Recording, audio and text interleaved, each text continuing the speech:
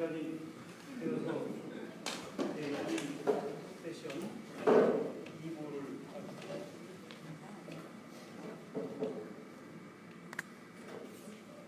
진행하겠습니다. 세 번째 세션에 가지도록 하겠습니다만 이 세션을 진행 사례를 이찬입니다. 물시하겠습니다. 두 번째 세션의 전문가님 분이신데요. 서울 기독대학의 손원영 교수님과 또 성모예대학의 김문규 교수님. 손원영 교수님 감리교 목사님도 하시고 김문규 교수님 성모 소리가 조금만 더 크게 말씀해 주시면 좋겠습니다. 네. 손원영 교수님은 감리교 목사님도 하시고 또 김문규 교수님은 성공회 신부님이셨습니다. 자, 앞에 했던 순서대로 지금 처음에 각자 소개도 했고 했으니까 사진 선생님 좀 생략하는 걸로 하겠습니다. 한 20분 정도 이유지를 밝혀주시고 토론을 좀 더 개진하는 시간을 갖겠습니다. 먼저 순서에 따라서 손원영 교수님 풍류도와 혐오 세상이라는 주제에 말씀해 주시겠고요. 이제 아마 풍류도라는 말은 이분 안에서 나옵니다만 한국이 일종의 문화신학 혹은 수찬과 신학이라고 불리는 아주 원조격인 분이 유동훈 교수님이시고 현재 97세세요. 여전히 건강하신데 이분이 풍류신학이라는 언어로 정말 한국적 신학을 만드는 작업을 해오셨거든요. 그것을 이어받아서 평화의 결과를 말씀해 주십니다. 자, 손원영 교수님 박수로 환영합니다.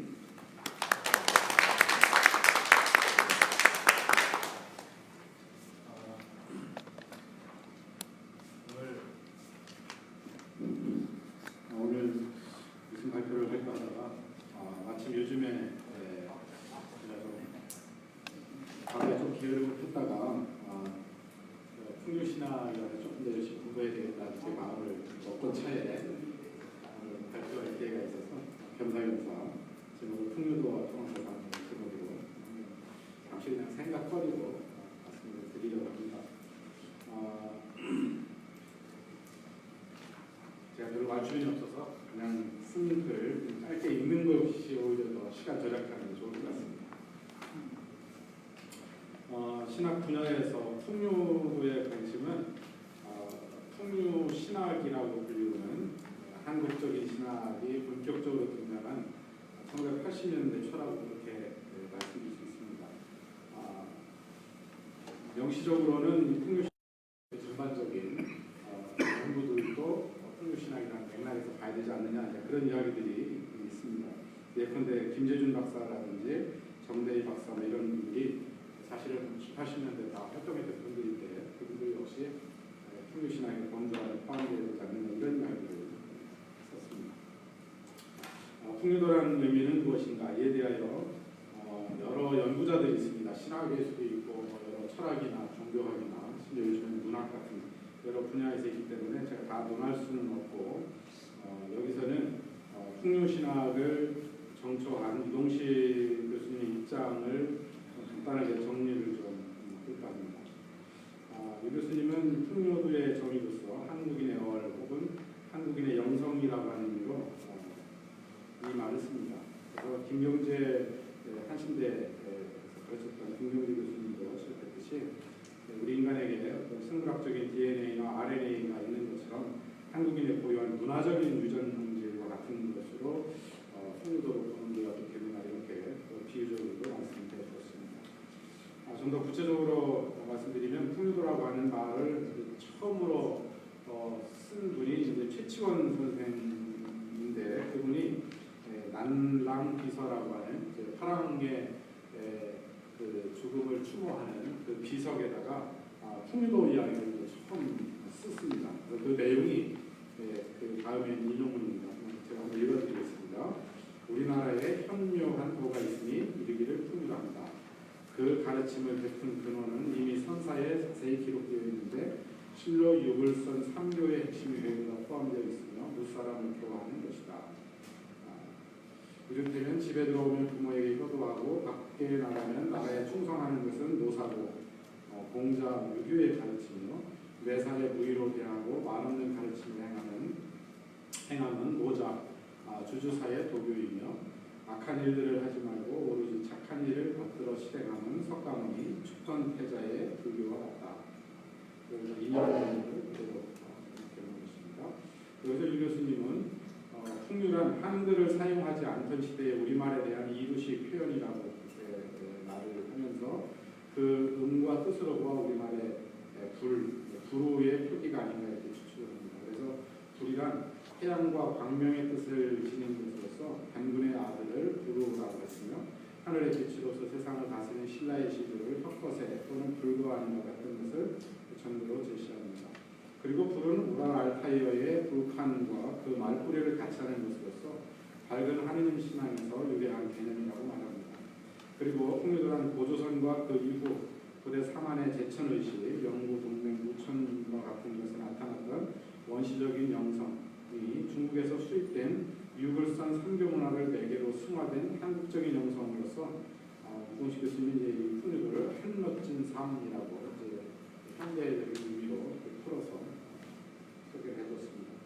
따라서 유 교수님은 풍류도를 풍류신학이라고 하는 면에서 세 가지로 다시 세분화해서 설명을 하고 있는데, 첫째는 풍류도는 풍류라고 하는 말에서 암시하듯이 생동감과 율동감을 동반한 흥을 지니고 초월적 자유를 지니고 조화의 삶을 살아가는 삶의 스타일이다.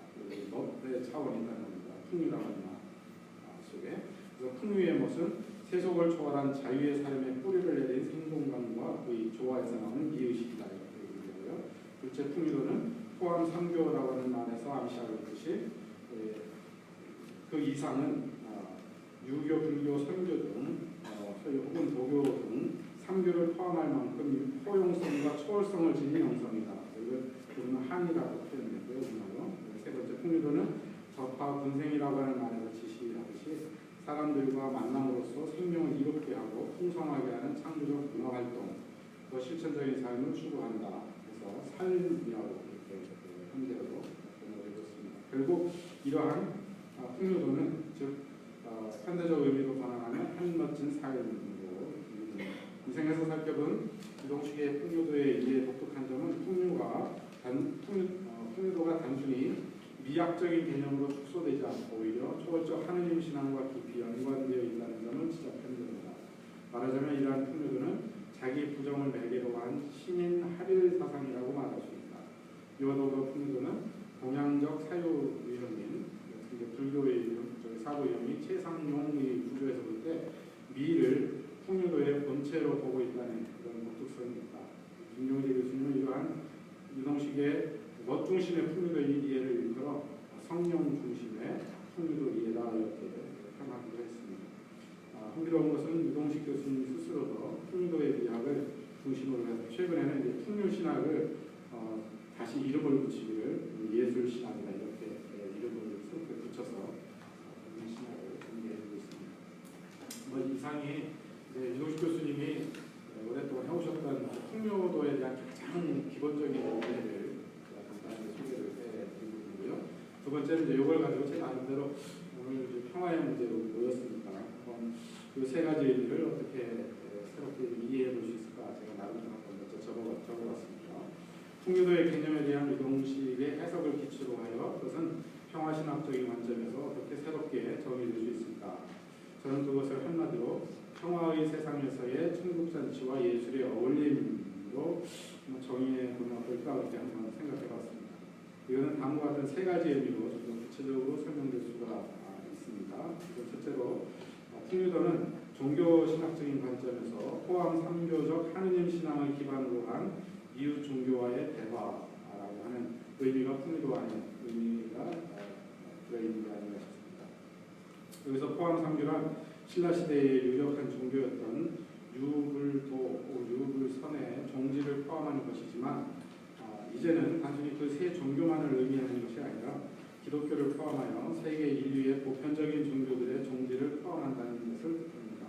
동시에 하느님 신앙이란 의미는 풍류도의 본질 그 자체로서 초월적인 하느님과의 인격적인 만남과 그 번째 그리고 섬김을 의미합니다. 따라서 포함 상교적 하느님 신앙으로서의 풍요도는 세계의 보편적인 종교들의 종지를 존중하면서 하느님과의 인격적인 만남과 친교를 추구한다고 하는 것을 핵심 과제로 삼습니다. 이러한 포함 상교적 하느님 신앙은 종교 평화를 통해 세계 평화를 가능케 하는 어떤 신학적인 토대가 될 수 있지 않을까 생각합니다. 한스 핑이 가톨릭 신학자 한스 핑이 종교 간의 대화 없이 종교 간의 대화 없이 종교 간의 평화가 있을 수 없으며 또 종교 간의 평화 없이 세계 평화 또한 있을 수 없다라고 오래전에 글로벌 레스ponsibility 이 책에서 이야기를 한 적이 있었는데 포함 상교적 풍요도를 통해서 바로 이런 이상이 좀 구현될 수 있지 않을까 하는 생각을 해봤습니다. 두 번째로 풍요도란 민중 혹은 해방신학적인 측면에서 저파 군생의 축제적인 삶을 통한 천국 잔치성이라고 하는 의미로 또 이해될 수 번역될 수 있지 않을까 하는 생각을 해봤습니다. 여기서 천국 잔치성이란 저파 군생의 자리타적 삶을 통해 평화의 나라를 이루는 천국의 축제적 즐거움이 향유되는 것을 뜻하는 것으로서 단군 신화의 궁극적 이상이기도 한 평행 인간이 구체적으로 향유되는 현실을 의미합니다. 특히 천국 잔치성이라는 말에서 천국이란 내세적 의미를 뜻하는 것이 아니라 예수 그리스도의 하나님 나라 운동에서 강조하듯이 바로 지금 여기에서 하나님의 뜻이 온전히 실현된 평화의 현실을 의미합니다. 그런데 천국의 잔치상에서는 어느 하나 소외되지 않고 모두 한 형제 자매로 참여하고 어울려야 합니다. 왜냐하면 천국의 잔치상 앞에서는 모두 평등하기 때문입니다. 따라서 가난이나 기타 다양한 이유로 해서 소외되거나 배제된 자가 있다면 해방신학의 중요한 원리이기도 한 가난한 자의 우선적 선택이라고 하는 그런 원칙에 따라서 기꺼이 그들을 우선적으로 배려하여 잔치의 일원이 되도록 하는 것 이것이 일종의 평화 운동을 하는 데 있어서도 또 중요한 원리가 되지 않을까 생각합니다. 따라서 약자에 대한 우선적 선택과 배려를 통한 천국 잔치성의 부여는 궁극적으로 유무상자의 평화 공동체를 추구할 수 있지 않을까 싶습니다. 마지막으로 풍요도는 예술신학적인 측면에서 어울림의 예술성을 포함합니다. 한민족은 단군 이후 고대 사만의 제천 행사에서 3일 주야로 음주 감화하는 전통을 갖고 있었습니다. 여기서 제천 행사는 곧 하느님께 예배드리는 행위로서 천국잔치의 의미와 다른 말입니다. 그런데 그 제천 행사는 늘 음주 감화의 예술성을 동반했습니다. 이것은 한민족이 얼마나 하느님 신앙과 예술성이 절묘하게 결합되어 있는지를 잘 드러내 보여줍니다. 예술성으로서의 풍요도는 동아시아의 범위를 뛰어넘어서 세계인들과 보편적으로 공감대를 이룰 수 있는 그런 토대가 되지 않을까 하는 생각이 듭니다. 말하자면 풍요도는 온 세계 시민과 더불어 미학적 아름다움을 함께 향유할 수 있는 예술신학적인 어울림을 뜻합니다. 물론 그 속에는 각각의 약간의 독특성이 있을 겁니다. 중국에서 이야기하고 있는 신문학적인 예술성, 풍요를 중국에서는 이런 맥락에서 이해를 하고 또 일본에서도 섬세함이나 외적 장식성이라는 아름다운 측면에서 이해를 하는 걸로 알고 있고 또 한국의 경우는 신명과 같은 예술성 이런 얘기가 있는데 어쨌든 그런 맥락에서 통전적 예술성으로 얘기할 수 있지 않을까 싶습니다. 말하자면 예술성으로서의 풍요도는 단지 동아시아의 예술성을 넘어서 온 세계가 함께 향유할 수 있는 전 세계적인 예술성이라 말할 수 있습니다. 그래서 제가 좀 하고 싶은 이야기는 결론적으로 풍요도의 평화신학적인 이해는 종교신학과 포함상교적인 종합 추구 포함상교적 하느님이라고 하는 어떤 논의이 전개하고 있는 종교신학과 또 약자에 대한 어떤 우선적 선택 이건 연대 이런 맥락에서 어떤 해방신학 또 예술신학 이런 것들과 함께 어울려서 제 생각에는 풍요도 풍요신학이 새로운 차원으로 좀 발전돼야 하지 않을까 그런 생각을 하면서 찾아봤습니다.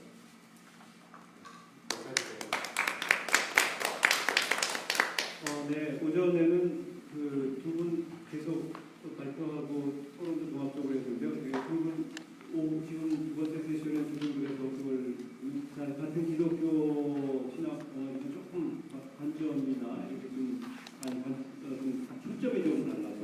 별도로 풀어내는 게 좋겠다는 생각이 듭니다. 그래서 제 생각에 30분 한 논문당 한 글당 30분씩 주어져 있지만 한 20분만 토론하고 또 두 번째 이 김영규 교수님의 발표가 20분 토론하고 나중에 20분 모아서 종합하는 토론을 하는 식으로 진행하는 게 좋겠다 싶은데요.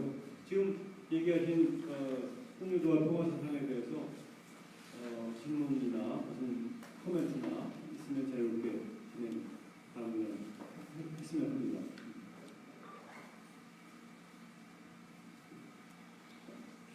시 없으신 생각할 시간 동안에 아무래도 이 문제는 이동 교수님 한마디 해주시면 좋겠다 싶습니다. 왜냐하면 저기 풍류 최치원 고대 국문학자로서 최치원 선생의 전문가시기도 하시고 풍류도를 이게 유동식 교수님처럼 또 무슨 이어받아서 우리 손 교수님처럼 해석하는 것과 다른 문헌학적 접근이랄까 역사적 접근에 훨씬 익숙하신 분이니까 다른 각도에서 비판적으로 지금 해주실 수 있지 않을까 하는 생각이 들어요. 보내주시면 어떨까요? 마이크를. 네. 우선 발표 잘 들었고요. 손 교수님께서 풍류도를 바탕으로 어떤 풍류도의 평화신학적 재해석한 것도 타당하고 상당히 의미 있고 참고적이라고 생각합니다. 다만 이제 유동식 선생님이 풍류도 해석한 거에서 좀 제가 아는 범위에서 볼 때 좀 문제가 있다고 생각하는 것을 말씀을 드리면, 우선 이제 불 해석이 이제 불이고 여기서 태양이고 이랬는데 저는 이 불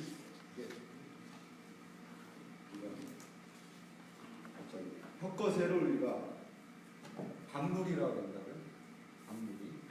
그러니까 박누리가 뭐냐면은 우리가 지금도 쓰잖아요. 세상이라는 거라고. 세상을 밝힌다는 뜻이에요. 예전에 채치원이 아니라 누구죠? 소설가 최인호 씨가 또 고대사에 나와서 고대사 다큐멘터리를 이렇게 찍었었잖아요. 그때 숙제를 남긴 게 그거더라고. 왜 자기가 이 피장자들이 정동쪽으로 머리를 두지 않고 정동쪽에서 조금 이렇게 틀어진 쪽으로 머리를 두는지 모르겠다. 이걸 고대사나 인류학자는 풀어달라 그랬는데 저는 그 답을 알아요. 그게 뭔지 아세요? 마이크 좀 가까이. 그 답을 안다요. 뭐냐면 그게 동짓날 했던 쪽이에요. 동짓날 했던 쪽은 우리가 정동쪽이 아니라 한반도에서. 그러니까 피장자 머리를 동짓날 했던 쪽으로 둔 것은 옛날에 고대 달력에서 1월 1일은 동짓날이에요. 그날부터 태양이 밝아지게 돼요. 낮이 길어지잖아요. 그래서 박사사역이 있었어요. 그래서 우리나라 보면은 그 한예만 뭐 말하자면 길지만 한예만 더 들면 힐백자 들어간 산이 많습니다. 근데 백두산처럼 진짜 이 눈이 있어서 힐백자 들어간 산들은 이해가 가지만 백두산 빼놓고 우리나라 뭐 여름에도 눈 있는 산은 볼 수 없다. 여름이 아니라 봄까지도 봄만이라도. 근데 힐백자가 들어간 건 뭐냐면 우리나라는 그 거의 30억 년에 가까운 그 풍화가 된 지하 저반의 분지 지역이 한국 마을이라고요. 그러니까 다 이 분지에 있죠. 고개 너머에 다른 마을이 있고 그 분지 안에 놀이 있고 그 다음에 이제 조그만 냇물이 흐르고 그 다음에 이제 여름에 장마가 지니까 냇물에서 조금 떨어진 산록의 집이 있어요. 그러니까 이 산으로 둘러싸이지 않은 데가 한국은 없어요. 그러면 동쪽에 있는 산이 다 백산이에요. 그 자기 마을 중심으로 볼 때 그 해가 뜨는 산이니까 동산은 힐백자가 많이 들어가요. 그 마을 그런 식으로 이제 박사상이 굉장히 강했어요. 밝힌다. 그러니까 이 불은 태양의 뜻이 아니라 밝힌다는 거. 태양이 아니라 이제 밝으는 거죠. 아래아가. 네. 그리고 뜻은 뭐 비슷해요. 그 다음에 이제 포함상교라는 것은 유불도를 포함했다는 게 아니라 그 당시에 도와 선을 완전히 구분했어요. 그래서 유불도를 합쳐서 풍윤을 만든 게 아니고 채치원 시대의 날랑비서를 채치원이 쓰는 시점에서는 이제 신라를 보면 대개 저는 4단계로 나눠진다고 해요. 세계관이. 처음에 불교 이전에 삼재와 풍유도 세계관이었었고 그 다음에 불교가 들어와서 불교와 풍유도 합쳐져요. 이게 이제 공존을 한다고요. 그래서 지금도 보면 대웅전 옆에 산신각이나 뭐 칠성시, 독성시도 같이 모신 삼성각이 있듯이 지금도 산신제와 뭐 미타제를 똑같은 비중으로 올린다고 그런 식으로 이제 이게 합쳐진 거고 그 다음에 이제 완전히 허엄 정토 세계로 간다고 그게 이제 신라 문화 윤성기죠. 그리고 이제 세멸기로 간다고. 근데 최천이 살았을 때는 세멸기다. 그러니까 이미 사람들이 풍류도를 뭔지 잘 모를 때예요.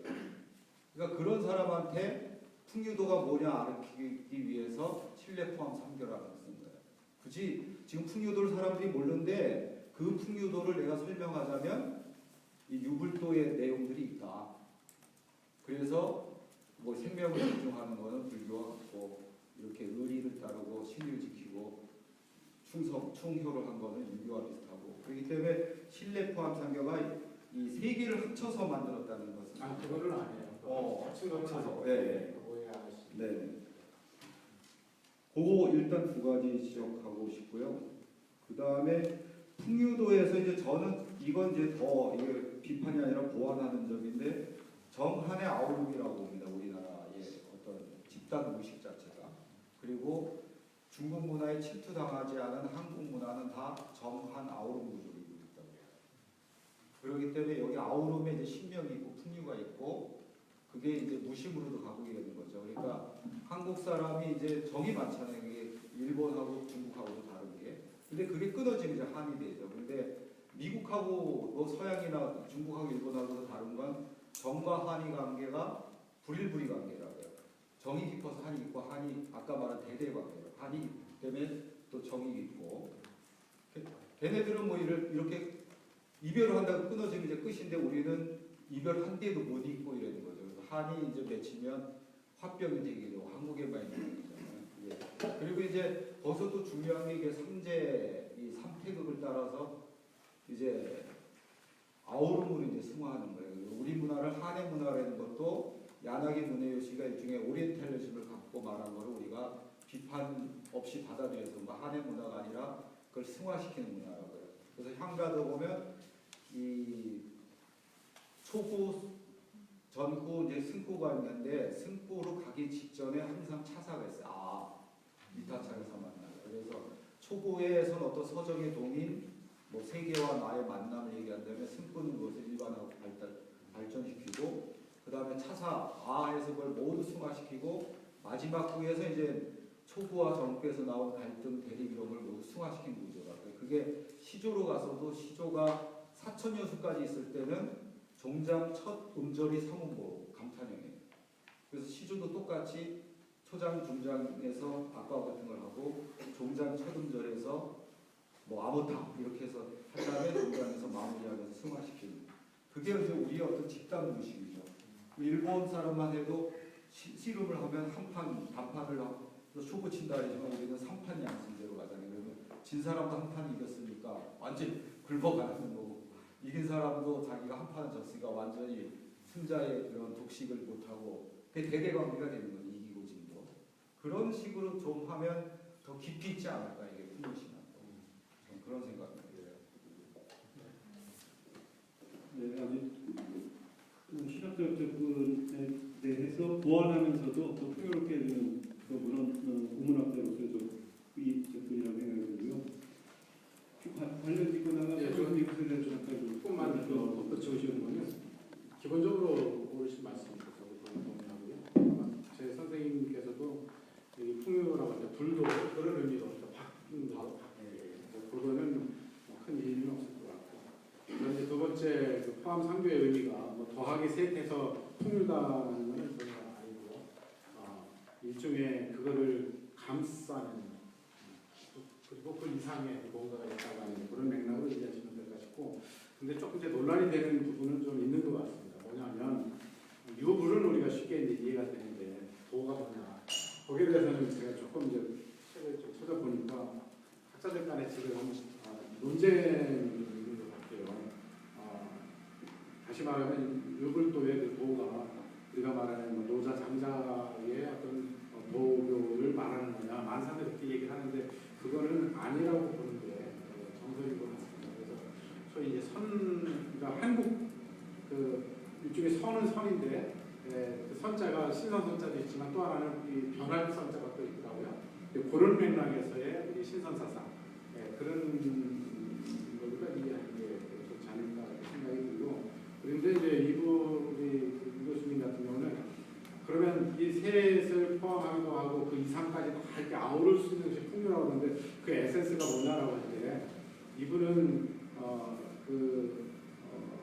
그거를 일종의 이제 샤머니즘적인 차원에서 연구를 많이 하는 그런 특성이 있습니다. 그래서 여기서 말하는 샤머니즘은 이제 우리가 갖고 있는 약간의 편견을 이제 수정할 필요는 있는데 우리가 보통 말할 때 샤머니즘보다는 조금 푸닥거리하고 뭐 점치고 또 기흉화복을 뭐 이렇게 바라는 어떤 그런 차원으로다가 조금 부정적인 의미를 많이 갖고 있지만 이분이 강조하는 그 샤머니즘은 긍정적인 차원을 우리가 언제부턴가 많이 놓쳤다는 거죠. 역사의 여러 가지 그 과정을 통해서 그래서 그 샤만이 갖고 있는 하느님과 인간 사이의 어떤 그 매개 역할을 하는 그런 차원에서의 어떤 그 샤만의 역할 같은 거 그런 것들을 다시 좀 회복해야 되지 않는가 이런 측면을 이동식 교수님이 조금 강조한 부분이 있지 않을까 이렇게 생각이 듭니다. 그래서 이게 조금 뭐라고 해야 되나 그 다른 부분 다른 그 풍요를 연구하는 학자들하고 좀 차이를 두는 부분이 아닌가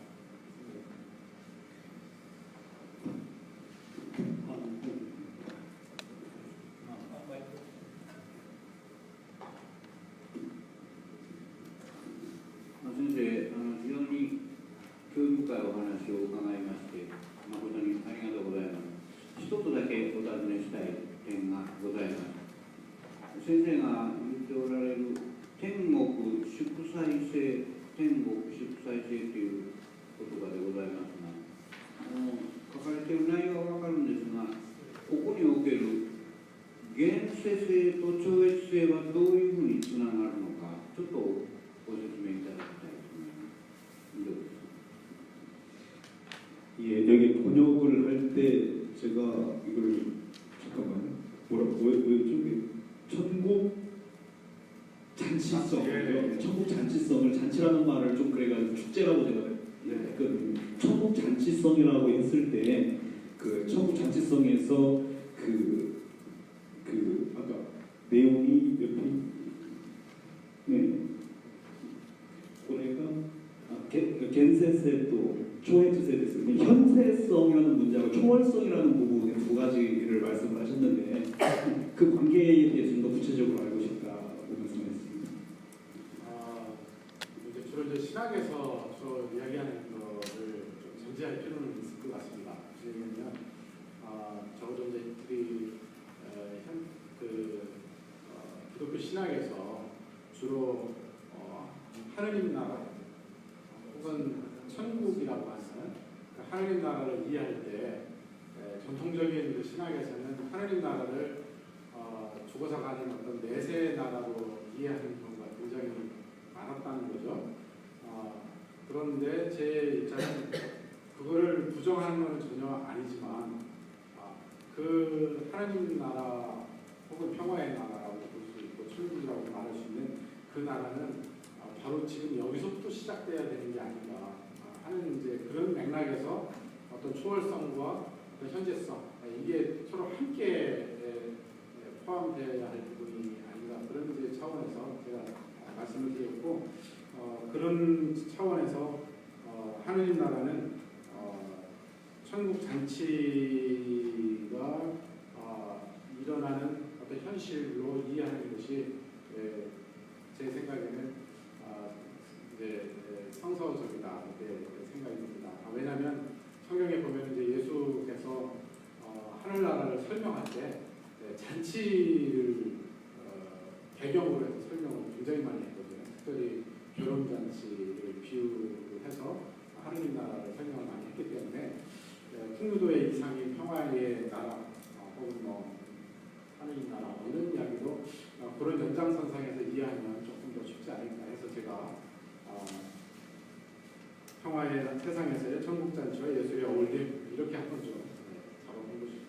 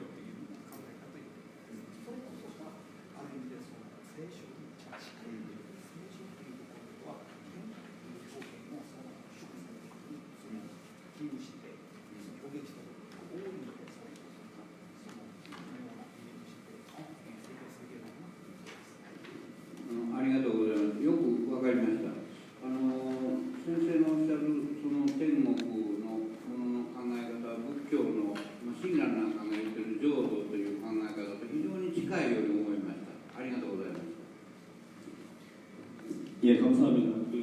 굉장히 이해가 잘 되었고요. 지금 선생님께서 말씀하신 천국, 특히 현세와 초월성을 같이 가지는 천국이라고 하는 부분은 정토교에서 얘기하고 있는 신난이 얘기하고 있는 그 정토하고 굉장히 비슷한 의미로 이해할 수 있을 것 같다고 이렇게 봅니다. 제가 한마디만 더 말씀드리면 그러자에도 제가 신란 책을 전에 한번 읽은 적이 있는데 읽을 때 너무 비슷해서 깜짝 놀랐습니다. 私も昔その親鸞の本を読んだことがあるんですけど、先生の考えているその天国の世界とあまりにも近すぎて驚いたということです。 뒤에 질문. 앞으로 나오셔서 마이크를 이용해 주시고. 예. 나와서 해주시죠. 예.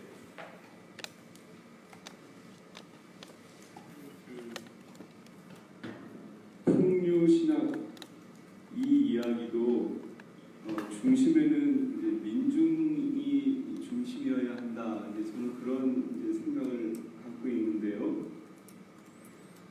네, 민중학은 사실 그냥 고난과 그 고난이 처처히 쌓인 한 이거 빼면 얘기할 게 없는 게 이제 민중의 고난과 한인데 이것을 풍류로 이렇게 전환된, 승화된 뭐가 있는지 민중의 한과 고난이 왜 이 질문을 그냥 풍류로 되게 한가한 그 단어의 뉘앙스가 좀 한가한 마치 무슨 견유학파들이 이렇게 스승과 제자가 몰려다니면서 이렇게 이렇게 하는 그런 이제 이미지가 좀 있거든요. 네.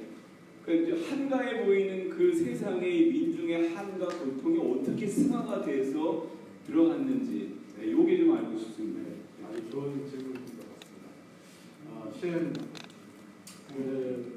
이동식 교수님의 풍류신학에 대한 비판이 사실 그 부분에 많이 초점이 맞춰져 있었어요. 방금. 거기에 대해서 이동식 교수님이 나름대로 여기 한 멋진 삶할 때 두 번째, 세 번째 이 삶의 차원이 소위 말하면 이제 민중 해방신학의 정통까지 포함할 수 있지 않느냐라고 이제 이야기를 주장을 하시면서 한국신학의 광맥이라고 하는 책을 쓰셨거든요. 그러니까 이분 자신이 거기에 대해서 그렇게 답을 했어요. 그걸 배장이 아니다. 한가한 놀이로서의 풍류가 아니다. 그 안에는 민중들의 어떤 고통까지를 이렇게 품고 이해하고 함께 어울릴 수 있는 그런 쪽으로 가야 되지 않느냐. 이제 당신이 그렇게 이제 변증을 하셨는데 현실적으로 이제 그런 오해 소지는 충분히 있다고 저도 공감을 합니다. 그래서 제 입장은 우리 목사님께서 이야기한 그 입장 저도 동의해 가면서 저는 이제 무슨 생각으로 조금 더 이게 발전되기를 바라느냐면 소위 이제 우리 한국의 민중신학이나 혹은 이제 해방신학적인 전통 여러 그룹들 있잖아요. 그래서 그런 논의들이 좀 더 적극적으로 이 풍류신학에 반영되어야 하지 않을까 하는 게 이제 제 기본적인 입장이고요. 그러면서 이 이동식 교수님은 그 풍류도의 나름대로의 원형이라고 생각했던 오늘 좀 아까 말씀드린 이 시치원의 만낭의 설을 토대로 해서 풍류신학을 전개를 했단 말이죠. 근데 제 입장은 제2의 풍류도가 사실은 있었다는 거죠. 오랫동안 그 소위 말하면 이 우리 한국의 하늘 개념, 하느님 개념이 오랫동안 있었지만 유교나 불교의 나름대로 좀 억압이라고 할까? 그런 어떤 나쁘게 말하면 억압이고 좋게 말하면 그 영향 때문에 우리 한국의 고유한 천사상이 축소되다가 동아계 최재우에 의해서 저는 이제 풍류도가 다시 살아났다고 할까? 그렇게 생각이 듭니다. 그래서 저는 이제 제 연구 테마는 유동식 교수님이 이제 최초원의 풍류도를 기반으로 해서 풍류신학을 전개했다면 저는 개인적으로 동학에 근거해서 풍류도를 좀 새롭게 이해해야 해요. 그리고 그것이 이제 저는 이제 기독교 신학이라고 하는 맥락에서 하고 있기 때문에 그런 맥락에서 기독교 신학과 동학과의 어떤 만남을 통해서 제2의 풍류 신학. 그래서 저는 이걸 선생님 저는 풍류 신학이라고 하지 않고 저는 이제 앞으로 하늘 신학이라고 해볼까 지금 좀 그렇게 생각을 하고 있어요. 근데 이건 아직까지 그냥 제 머릿속에 있는 하지만 그런 방향으로 나가서 말씀하신 그런 것도 포함을 하면서 예술성과 예술신학이나 또 종교 간의 또 대화하는 또 종교신학 이런 것까지 구축하시는 개념으로 저는 발전시키는 게 제 개인적인 과제라고 생각합니다.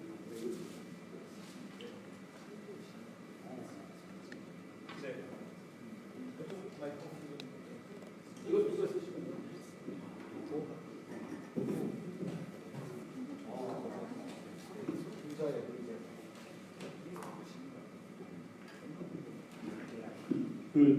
제가 여기 소성리에 와가지고 느끼는 것이 여러 가지가 있는데 그 중에 하나가 저번에 이제 경향 칼럼에 제가 썼거든요. 진짜 이 민중들이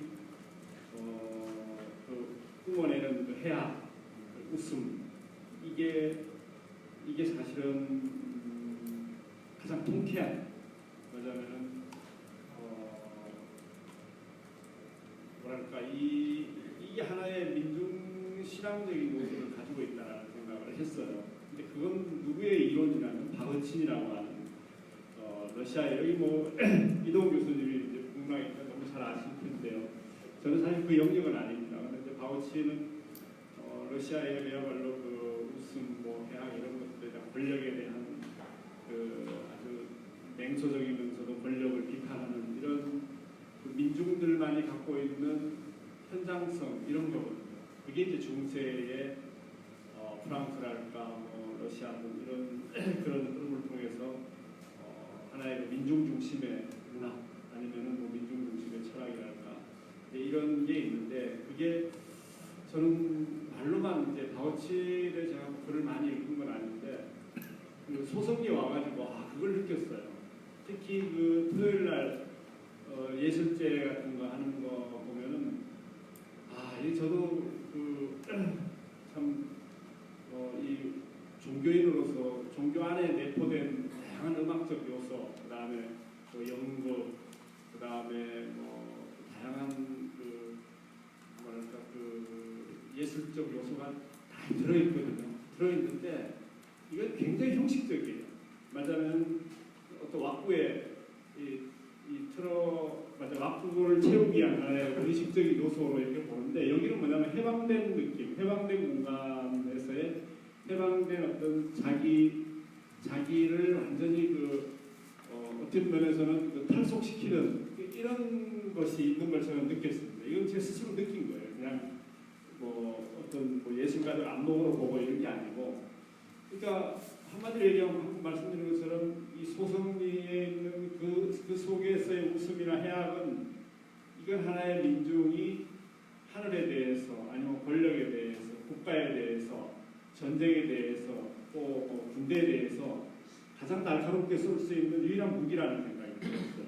이거야말로 민중이 현재도 승리할 수 있고 미래도 승리할 수 있다라는 어떤 그 자신감, 이걸 저는 개항신을 잠깐 제가 쓴 적이 있습니다. 그래서 오늘 풍류신학이라는 말을 이제 하셔가지고 저대로 이 얘기를 들어보니까 그런 그 현장성에서 나온 게 아닌가 이런 생각이 들어요. 그것은 어떤 계시도 아니고 어떤 뭐랄까 그 어떤 압력도 아니고 또 어떤 그 배워서 얻어지는 게 아니라 그 자신이 어떤 그 계시적인 모습을 드러내는 거예요. 자기가 어떤 면에서는 직접적으로 하나님과의 소통이랄까 또는 부처님과의 소통이랄까 뭐 예수님과의 소통이랄까 어떤 그 속에서 완전히 이 세계, 까발려진 세계를 드러내는 그 속에 그 웃음이랄까 해악이라는 게 들어있다는 걸 보고 이 종교의 원초성, 이게 종교가 발생하는 원천적인 요소가 바로 이런 현장에 있는 게 아닌가. 그것을 해석하고 조직화시키고 또 뭐랄까 뭐 하나의 그런 의식화시키고 의례화시킨 것이 종교다라는 생각이 들고, 그 소성리에서 느낀 것은 그 종교가 발생하는 그런 어떤 세계가 거기에 있다는 걸 저는 느꼈습니다. 그래서 혹시 나중에 이것을 더 확장시킬 때 제 얘기도 0.1% 첨가됐으면 어떨까 하는 생각을 합니다. 말씀하신 거 저는 아주 깊이 공감을 하는데요. 신학자인 구스타프 구테레즈 신부님이 그 얘기를 했습니다. 신학은 사실은 서구 신학이 2000년 동안 향후에 항상 머리 사색으로부터 뭔가 시작을 했단 말이죠. 뭐 생각하면서 하나님은 누구냐, 뭐 그리스도는 누구냐, 성경이나 이런 식으로 사색하는 것으로부터 뭐 신학을 해왔는데 그 구테레즈 신부님이 하신 이야기가 신학의 출발점은 삶이라고 그렇게 얘기했거든요. 특별히 영성적 삶, 뭐 말씀하신 대로 종교적인 체험이라고 볼 수 있겠고요. 그리고 우리가 말하는 이런 학이라고 이름을 붙이면은 그냥 두 번째 발자국일 뿐이다, 더 세컨 스텝일 뿐이다 그런 이야기를 했습니다. 그래서 굉장히 동의를 하면서 특히 그 평화를 위한 일종의 프락시스인데 그 프락시스에 오늘 특별히 풍요도와 관계에서도 강조하고 싶으면은 미학적 차원은 절대로 빠져서는 안 된다는 거죠. 오늘 그런 점에서 제가 크게 공감을 하거든요. 특히 이제 소송리가 굉장히 투쟁의 현장이잖아요. 평화를 위한.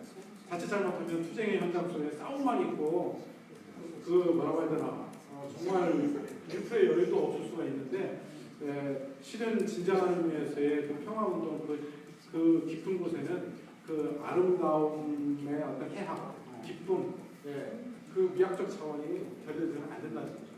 저는 그게 저희 풍요에서 시사하는 중요한 통찰이 아닌가 생각합니다. 네, 제가 이 시간을 관리하고 있는 아까 말씀드린 대로 우리 김 교수님 말씀고 두 번째 그 발표를 이어가고 또 그 두 번째 발표의 제안을 토론을 한 다음에 나중에 두 개를 엮어서 종합하는 토론을 해보겠습니다. 김 교수님. 아니요, 저기 죄송합니다.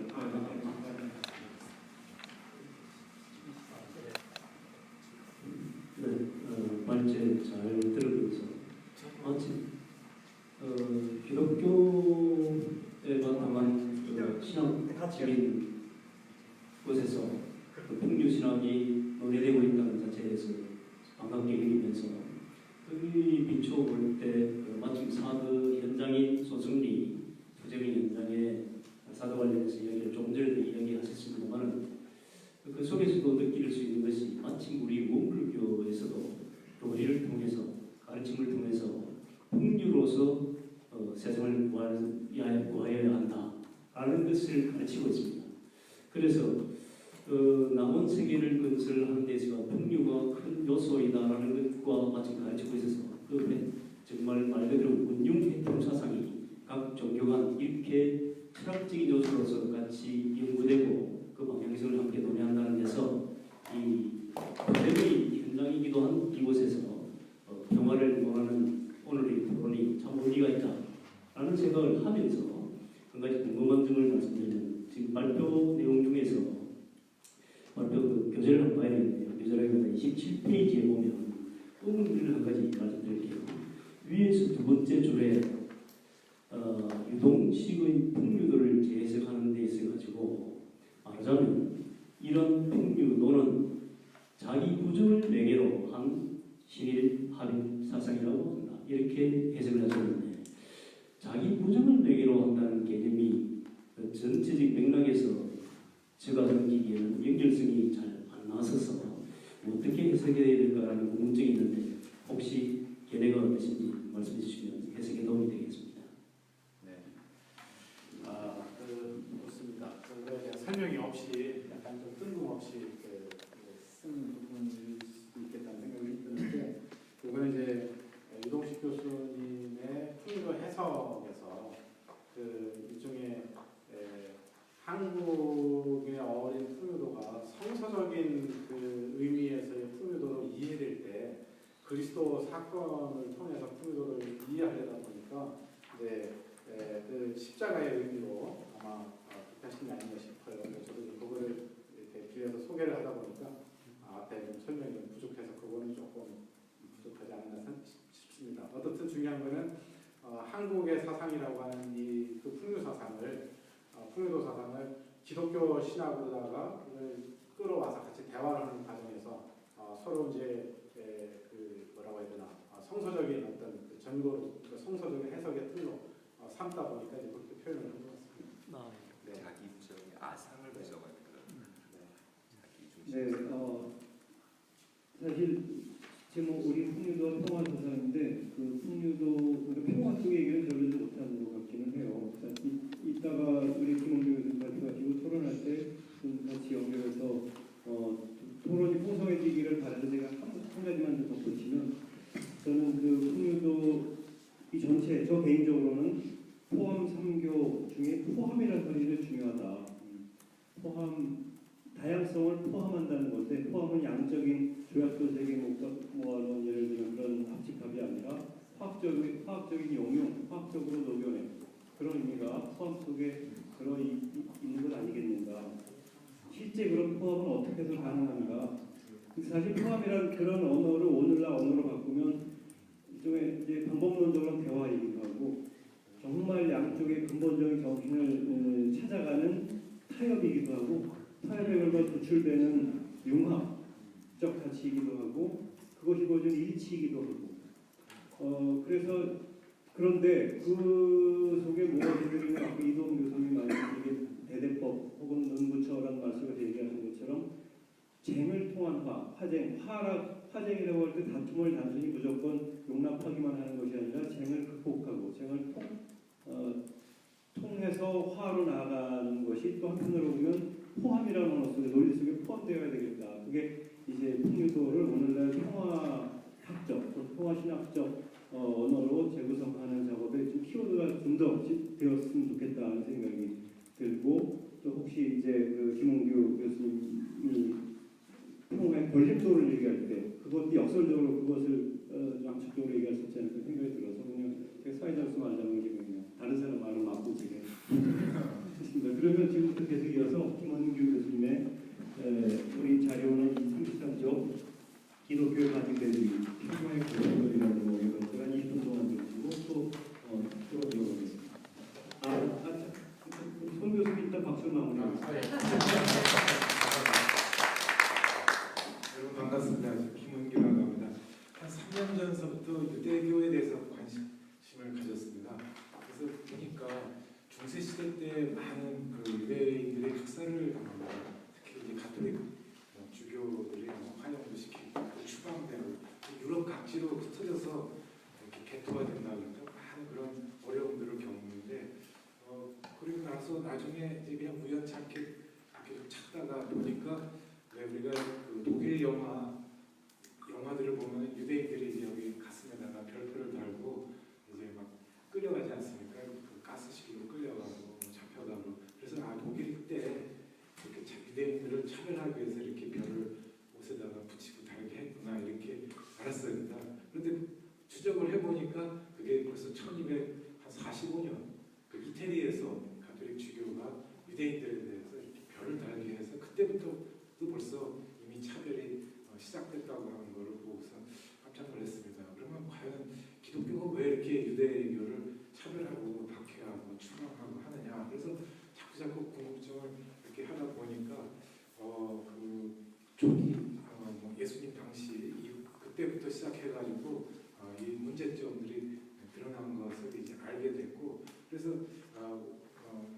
이제 오늘 이르렀는데 앞에서 우리 송현영 교수님께서 이제 풍요가 화라고 하면은 저는 이 유대교 문제와 기독교 문제를 쟁의 관점에서 그래서 한번 평화 구축을 한번 평화 재구축으로 한번 가는 방향으로 그렇게 뭔지를 정리하도록 하겠습니다. 네, 그래서 기독교가 왜 반유대주의를 가졌느냐 그 근원을 이렇게 따져보니까 처음에는 로마 제국 상황에서 같이 유대인이나 팔레스타인이라는 나라가 우리나라 남한의 전라남북도 경상북 남북도 합한 그만 땅밖에 안 되는 조그만 곳이기 때문에 늘 약자로서 또 지배받고 이렇게 했던 곳입니다.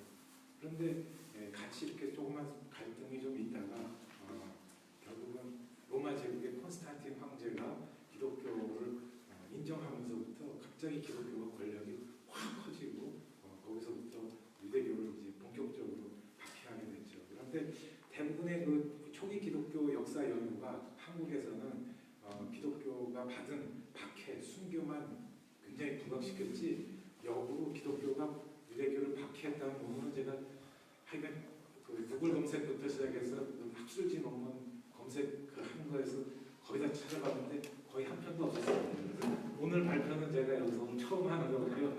그 다음에 이거는 학술지에 지금 제가 저기 신청을 해서 지금 평가를 지금 기다리고 있습니다. 그래서 특히 이 초기 이제 교부들의 교부들이라고 해가지고 그 초기 때 2, 3세기부터 해서 한 5, 6세기까지 교부들이 이제 주로 주교, 뭐 역사학자 뭐 이런 분들이 학식 있는 사람들이 많은데 그때 이미 이 반유대주의 사상이 아주 굉장히 세게 나타나는 것을 보고서 깜짝 놀랐습니다. 오늘 이 자리에 우리 김용혜 신부님 계시면 같이 또 저도 이 글에 대해서 또 비판도 받고 이러면 활발한 논쟁이 되겠는데 어쨌든 그 근원이 뭔가라고 봤을 때 유대교가 그 1000년간 쭉 내려오던 전통을 예수님이 이제 등장하면서 그런 어떤 형식주의, 율법주의, 이런 거칠의 이런 것들을 좀 비판을 했던 부분이 있습니다. 그런데 그게 사실은 신약성서라고 하는 경전에 남은 거죠. 그 내용이. 그러니까 그거를 신약성경을 우리는 2000년이 지난 오늘날까지도 읽으면 우리는 거기서 그 유대인을 기독교인들이 혹은 뭐 예수님이나 예수님 제자나 이런 사람들이 읽은 그 시각으로 유대인들을 바라보는 겁니다. 그러니까 그게 중세 시대 때도 그렇고 초기 시대 때도 그렇고 지금 오늘날에도 그렇고 이렇게 해서 계속해서 유대인에 대한 어떤 부정적 시각이 계속 이어져 내려왔다 이렇게 봅니다. 그래서 그 이제 34쪽에 보시게 되면은 유대인들이 로마 제국에 대해서 때로는 군사적인 저항도 하기도 했었고 그렇지만 기본적으로 이 기독교인들은 유대인들에 대해서 이렇게 비하하고 그래서 우리 중간에 보시면 뭐 터툴리안, 오리겐, 뭐 유세비우스 이런 대학자들이 이제 그 당시에 있었는데 이 사람들도 유대인들이 예수를 믿지 않았다. 그리고 그래서 너희들은 계속해서 방랑해야 되고 땅과 태양으로부터 추방돼야 되고 한다. 이렇게 해서 아주 그 저주스러운 그런 평가들을 계속 내리고 있습니다. 그리고 이제 34에서 35쪽으로 가면 어쨌든 기독교가 우리가 박해받은 거는 뭐 할리우드 영화를 통해서도 많이 보여지고요. 그런 걸 많이 아는데 그 콘스탄틴 황제가 무슨 말한 이제 자기가 어떻게 우연찮게 개종을 했는데 그때부터 기독교를 합법화했습니다. 합법화하니까 기독교가 갑자기 국가 종교가 됐습니다. 박해받던 종교가 그 많은 다신 종교였습니다. 그러니까 제우스 신도 믿고 뭐 비너스 신도 믿고 우리가 아는 그리스 로마 신화에 나오는 그런 많은 신들을 믿던 그 로마 제국에서 갑자기 기독교 하나만 인정하게 되고 다른 걸 다 없애는 과정에서 특히 유대교는 기독교의 이 교주인 예수를 죽였다는 그 미움이 굉장히 세게 가게 되는데 기독교가 그때 어쨌든 국가 권력을 갖게 되고 그 행정부나 관료 그거에 또 이게 빠르게 개종을 하는 게 기독교. 그래서 그런 관료들로 퍼져나가면서 유대교를 전방위적으로 국가 권력, 세속 권력을 가지고 박해하기 시작을 했습니다. 그래서 그 36쪽에 가시면은 이제 그 3번 그 니케아 320은 니케아 공의회라고 하면 우리는 니케아 신조라고 우리 기독교로서는 굉장히 큰 어떤 이상적이고 굉장히 좋은 그런 그 회의로 알고 있습니다. 여기서 이제 뭐 기독교도 인정해주고 또 여기서 그 신조가 하나의 우리 교리적인 하나의 그 고백론이 나오기도 하고 그래서 우리는 니케아 신경이다 하면 굉장히 이렇게 이상적인 그런 회의로 알았는데 이 공회에서도 유대인과 기독교 사이에 결혼도 문제하고 식사도 문제하고 뭐 하여간 굉장히 그 유대교에 대한 그 전통적인 의식도 막 박해하고 뭐 금지시키는 것들이 여기서 나오게 되고 그 이후에도 계속됩니다. 그 37쪽 가시게 되면은 초기 때 그러니까 그 기독교 예수님이 계시고 뭐 바울이 나오고 그 다음에 초기에 신학이 만들어질 때 그 교리적인 내용 가지고 뭐 서로 이제 그 논쟁이 많이 붙습니다. 뭐 예수가 누구냐, 하늘에서 왔느냐, 아니면 땅에서 왔는데 그냥 그 사람이 신이 된 거냐, 뭐 이런 논쟁부터 해서 뭐 정통 신학이나 삼위일체라고 하는 뭐 성부, 성자, 성령 뭐 이런 것들 가지고 또 막 논쟁을 하고 그래서 거기서도 권력 싸움입니다. 결국 교리 논쟁 뒤에는 자기들끼리 갖고 있는 권력으로 서로 내 논리가 내 교리가 이거야지만 모든 권력을 차지할 수 있습니다. 그래서 아타나시우스하고 아리스타 뭐 이런 것이 서로 아까도 말씀하셨지만 민중적인 교리와 또 아주 그냥 이런 뭐 우리나라에서 그 조선시대 때 그 성리학과 속에서도 서로 그 논쟁 이와 기와의 서로 싸움 속에서 리가 이기고 하면서 뭐 또 이렇게 되지 않습니까? 그래서 그런 논쟁 속에서 또 그러니까 초기였기 때문에 그렇게 교리가 많지 않은데 주제가 거기에 유대교에 대한 박해나 차별이나 이런 것이 굉장히 중요한 그 비중을 갖고 있다는 거죠. 그래서 이런 반유대 감정이 거기에 핵심으로 들어가 있다. 어쨌든 유대인들이 예수를 십자가 처형에 일조했다 하는 것이 반유대주의의 핵심으로 됐고 신약 성서에 그런 내용들이 나와 있는데 사실 예수님께서도 뭐 비판을 하지만 뭐 유대인들에 대한 완전한 척결, 뭐 죽이거나 뭐 이런 극단적인 행동을 하지 않았는데 그걸 이어받은 후세 사람들이 그걸로 이렇게 이제 권력으로 하나의 희생양의 어떤 민족으로 이렇게 삼았던 것이죠. 그래서 이제 38쪽으로 가시게 되면은 그 초대 교부들이라고 하는 이 사람들이 설교도 하고 강론도 하고 주석도 하고 여러 가지 신학적인 글들을 써낼 때 유대교의 부정적인 인식들을 더 확산시키고 이제는 국가 권력을 가졌기 때문에 폭행도 하고 불살라서 회당을 없애기도 하고 죽이기도 하고 이런 사륙계까지도 나갑니다. 근데 우리가 아는 이제 아타나시우스는 하여간 이 삼위일체를 정통으로 만든 아주 이 기독교 교리로서는 제일 최고봉에 있는 그런 분이신데 그분도 역시 이 유대인을 할례받은 불황자다, 그러니까 완전히 노숙인 같이 이렇게 하고 하나님의 심판, 너희들은 그래서 그렇게밖에 찌질하게 사니까 너희들은 이렇게 쉽게 다 심판이다 이렇게 하고요. 제로미라는 학자, 암브로스라고 하는 사람도 굉장한 그 밀라노의 대주교인데 그도 역시 이렇게 비판을 하고 추방하고 그렇게 했습니다. 그래서 더 하이라이트 정점에 오른 분은 39쪽의 성 어거스틴입니다.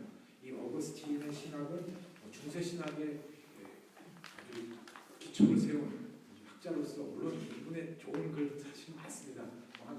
제가 알기로는 한 90%가 다 좋은 글이라고 그러면 그 안에 이런 반유대주의 사상도 한 5%, 3% 이렇게 있다고 하는 겁니다. 그런데 워낙 많이 기존의 주류 기독교 신학이나 교회나 어디서든지 다 이 95%를 얘기를 하는데 저는 이제 이 자리에서 이런 꼬집는다 그럴까 이 분도 역시 이런 반유대주의의 그런 신학의 기초를 보여줬기 때문에 그래서 그의 신학이 또 중세까지도 이어졌기 때문에 그렇게 중세에서 유대인들을 박해하는데 또 근거가 됐다.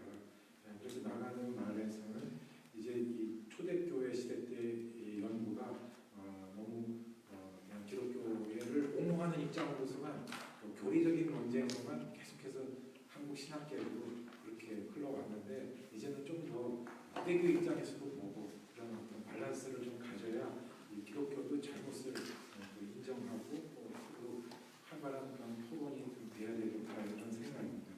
그래서 이런 것이 근데 정말 중요한 게요. 이런 그 기독교 초기 교부들의 이런 신학적 주제 물론 성경에도 나와 있고요. 그다음에 이런 반유대주의 사상이 앞서 말씀드렸지만 중세 시대 때도 그랬죠. 또 이슬람과 가톨릭 사이에서 낑겨가지고 이슬람이 봤을 때는 기독교의 한 부류를 받고 기독교 입장에서 봤을 때는 쟤네들이 이슬람의 하나의 끈앞풀이 아니었느냐. 그래가지고 늘 양쪽으로부터 또 공격당하는 그렇게 해서 민중으로 사실은 살아왔죠. 그것의 정점이 아까 앞서 오전 시간에도 이동훈 교수님께서도 그 나치 600만 홀로코스트 얘기를 했지만 이 600만 학살이 되는데도 그 근저에는 기독교의 반유대주의 사상이 거기에 담겨져 있습니다. 여기 제가 하면서 그냥 건너떴는데 로즈마리 류터라고 하는 그 학자도 여성 신학도 많이 발표하고 기독교에는 많이 알려져 있는 유대인 학자이십니다. 그런데 이분이 어쨌든 이 홀로코스트의 배경에 이런 반유대주의, 기독교의 반유대주의가 유럽 전역에 있었기 때문에 600만 학살하는데 그것이 가능했다 이렇게 얘기한 거고 저도 인용을 하면서 아주 충격을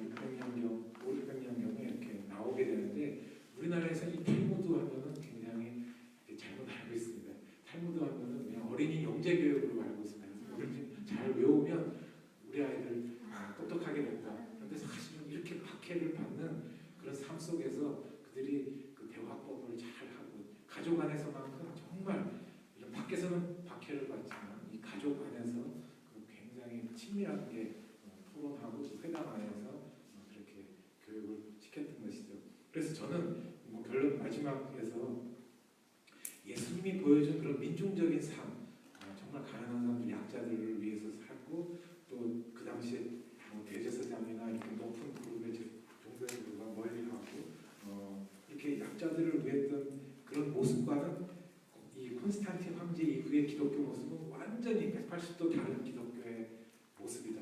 그래서 저는 이걸 분리하고 싶습니다. 그래서 예수님의 기독교와 이 콘스탄틴 기독교가 사실은 중세 유럽, 그래서 중세 유럽이 또 식민지를 확장해 나가서 아프리카라든가 또 남미, 그다음에 인도, 또 동북아시아 이런 데까지도 다 진출하면서 얼마나 많이 착취해 갔습니까?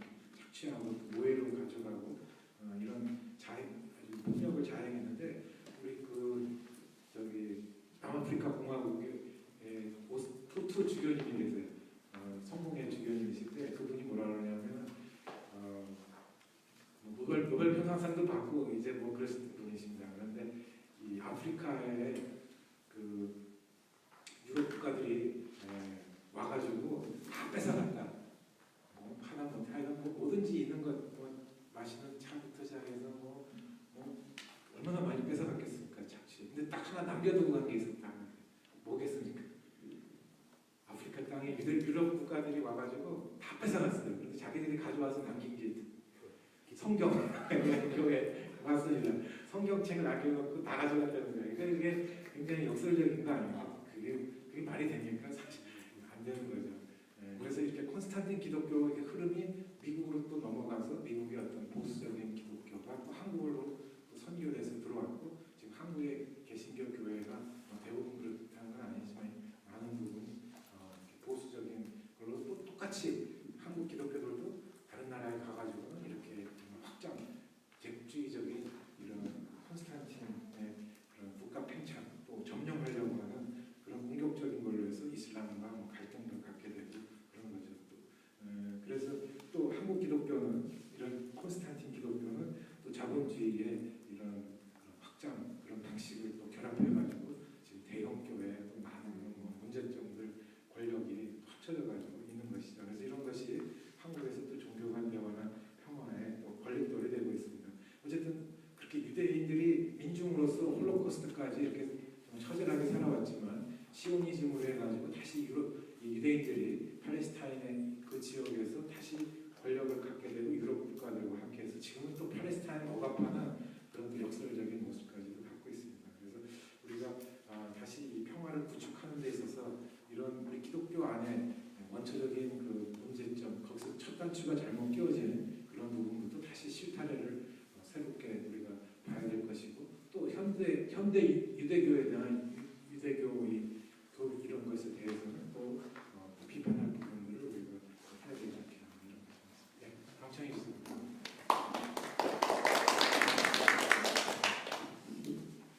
네, 우리 학회에 보면은 시간이 길고 토론 시간이 짧은데 어떻게 가능한 거예요? 토론 시간을 길게 하려고 준비를 했는데요. 평화 자체를 다뤘다기보다 평화를 얻지 못한 유대 기독교 간의 관계를 다루면서 평화를 상상하게 해주신 그런 글이었습니다. 질문거리를 조금 생각하시는 사이에 혹시 김웅 교수님 저도 되게 궁금해서 여쭙고 싶은데 그 기독교의 반유대주의 이제 계속 그 얘기를 하셨는데 그 반유대주의의 이게 문제가 된 결정적 기원을 제가 그래서 말씀드리면서 또 글을 보면서 찾아보니까 36조 메뉴에 1, 2세기 때 유대인을 억압했던 반유대 그룹들의 계승자들이 교회를 들어왔고 이제 콘스탄티누스의 그 기독교 승인 이후에 유대인을 증오와 성인군과 심지어 괴물로 보는 대상으로 하고 이게 결정적인 확대되는 계기인가? 이게 반유대주의가 가령 제가 아까 맨 마지막에 이제 지금은 결국 유대인들이 다시 팔레스타인에 들어가서 이스라엘 팔레스타인이라는 국제 분쟁을 일으키고 있고 팔레스타인을 계속 억압하는 행동을 하게 되었을 때는 그들이 억압을 받았기 때문이잖아요. 억압을 받은 것은 팔레스타인을 대상으로 자기 영토 확장하면서 분출하는 중이었듯이 기독교인들이 로마 제국 시대 억압을 받았으면 이해는 되는데 그걸 유대인들 향해서 다시 이렇게 분출하게 된 결정적인 계기가 뭘까요? 예수를 죽였다는 걸 신학적 사실 말고 그게 계속 유대인에 대한 증오심으로 뭐 300년을 쌓여왔을 것 같지는 않거든요. 근데 그 교리, 그 성경에 있는 그것이 굉장히 크더라고요. 저도 이렇게 단지 그것만 성경만 구절만 가지고 이렇게 하느냐 그러는데 그게 굉장히 크고 또 이 기독교하고 그 증오가 서로 반목이 초기, 그러니까 예수님 당시 때부터도 이제 생기기 시작해가지고 어디서 되냐면은 66년 전쟁 마사다라고 해가지고 이제 유대인들이 로마 제국에 대해서 이제 저항을 하는데 어느 그 네로 헤롯 황제의 별장에 산꼭대기에 올라가서 3년간 저항을 합니다. 근데 이제 결국은 그 유대인들이 한 900여 명이 올라가서 저항을 하는데 다 죽죠. 자결을 해가지고 다 죽었는데 그렇게 그래서 실패로 끝난 걸 보고도 기독교인들은 그거 쌤통이다.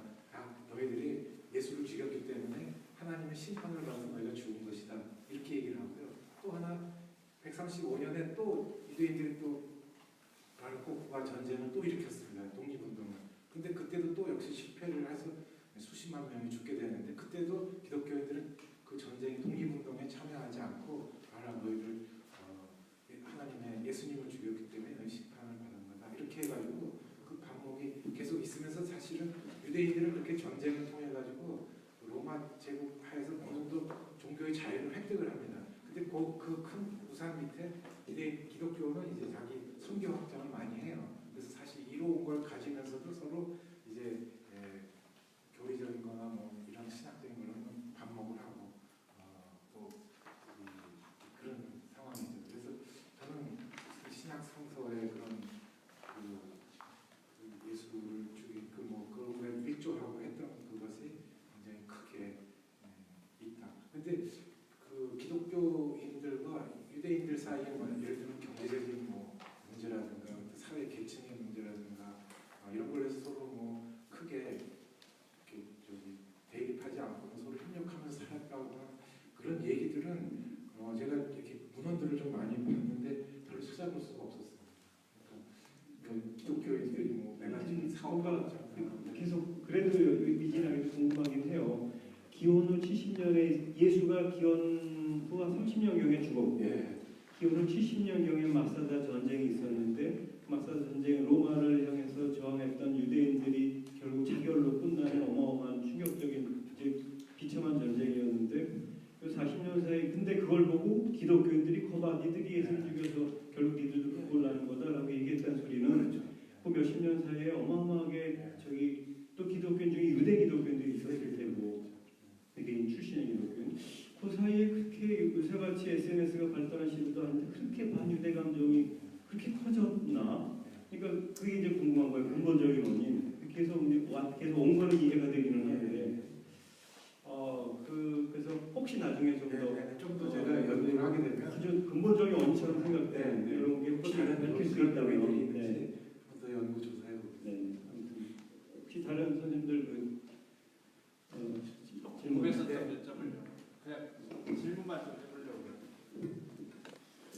그 제가 한스킹의 그리스도교인가 그 책을 읽다가 이제 말았는데 시간이 없어서 나중에 완독하려고 합니다만 그 한스킹이 기독교, 유대교, 이슬람의 뭐랄까 이 에큐메니칼을 위해서 참 노력하는 그걸 이제 감동을 받고 그 책을 사서 이제 보다가 시간을 좀 못 읽었거든요. 근데 제가 궁금한 거는 이 유대와 기독교와 이슬람의 신이 근본적으로 어디가 같으면 어디가 다른지를 좀 쉽게 우리를 위해서 좀 설명을 해주시면 좋지 않을까. 그냥 공부 삼아서 좀 아무래도 구약이시니까 그 흐름을 잘 아실 것 같아요. 저도 문외한이라면 저도 코끼리 옷부터 이렇게 나와야 될지 분석해서 하게 되면 하여간 유대교하고 기독교는 어쨌든 뿌리가 상당히 이렇게 가까이 있습니다. 그런데 그래서 유대교는 이스라엘에서 이제 그 새로운 사회 하나님 나라라고 아까 정토도 마찬가지 그것을 사회 구조의 어떤 변화, 변혁 이런 걸 해서 이 땅에 사회 변혁을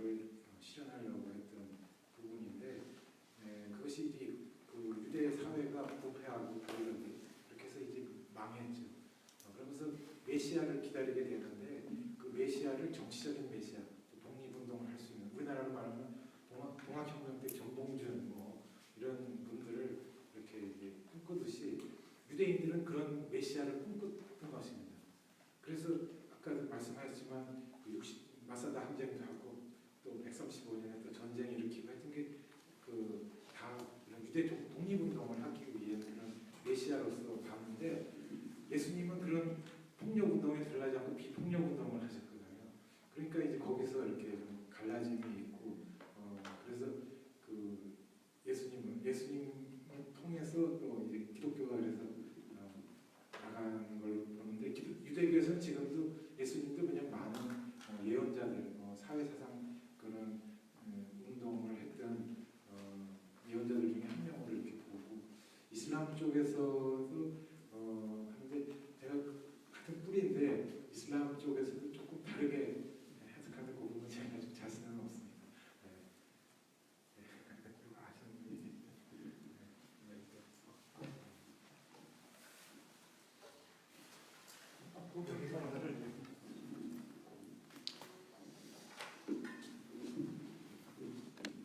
先生のお話伺ってヨーロッパのキリスト教とこのユダヤ教の構造的なことがよく分かりました。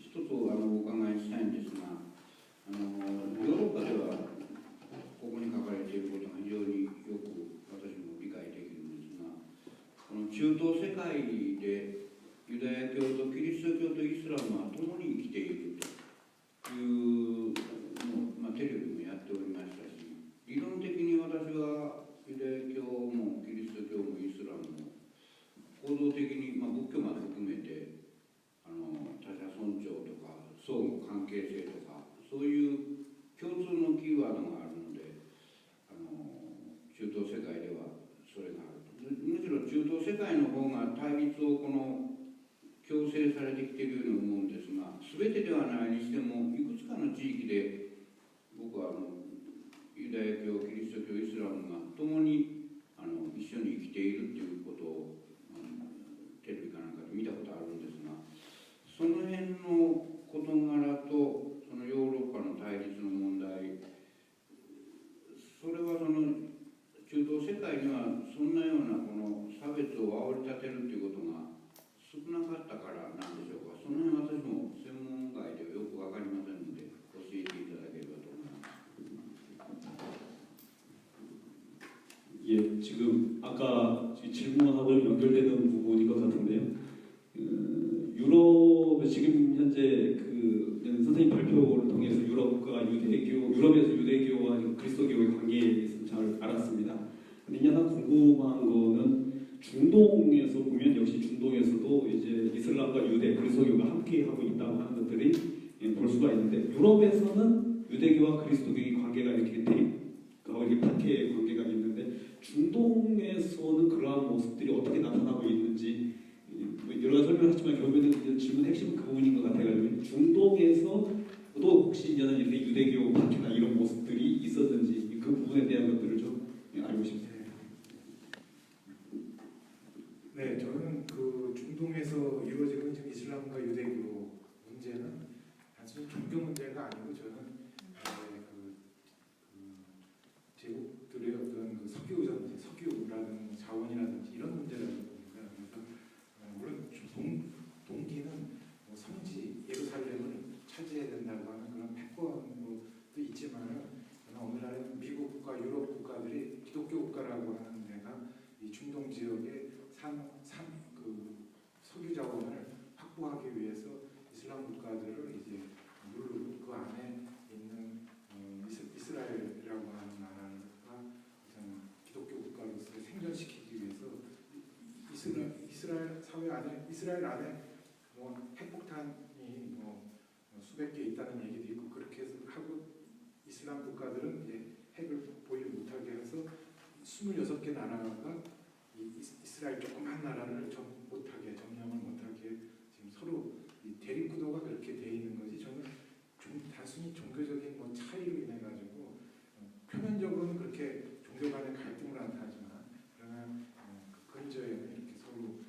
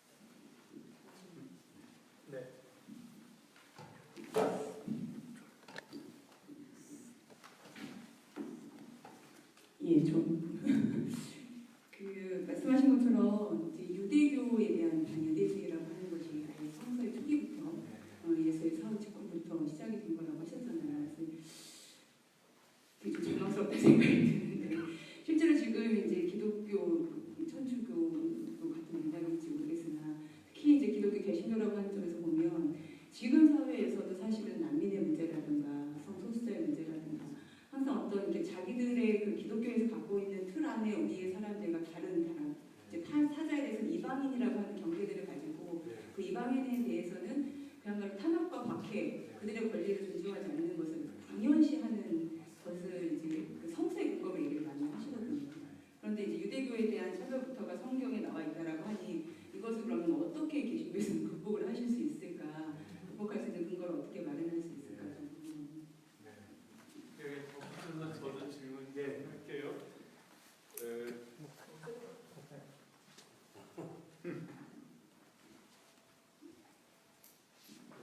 토론을 풍성하게 하기 위한 질문입니다.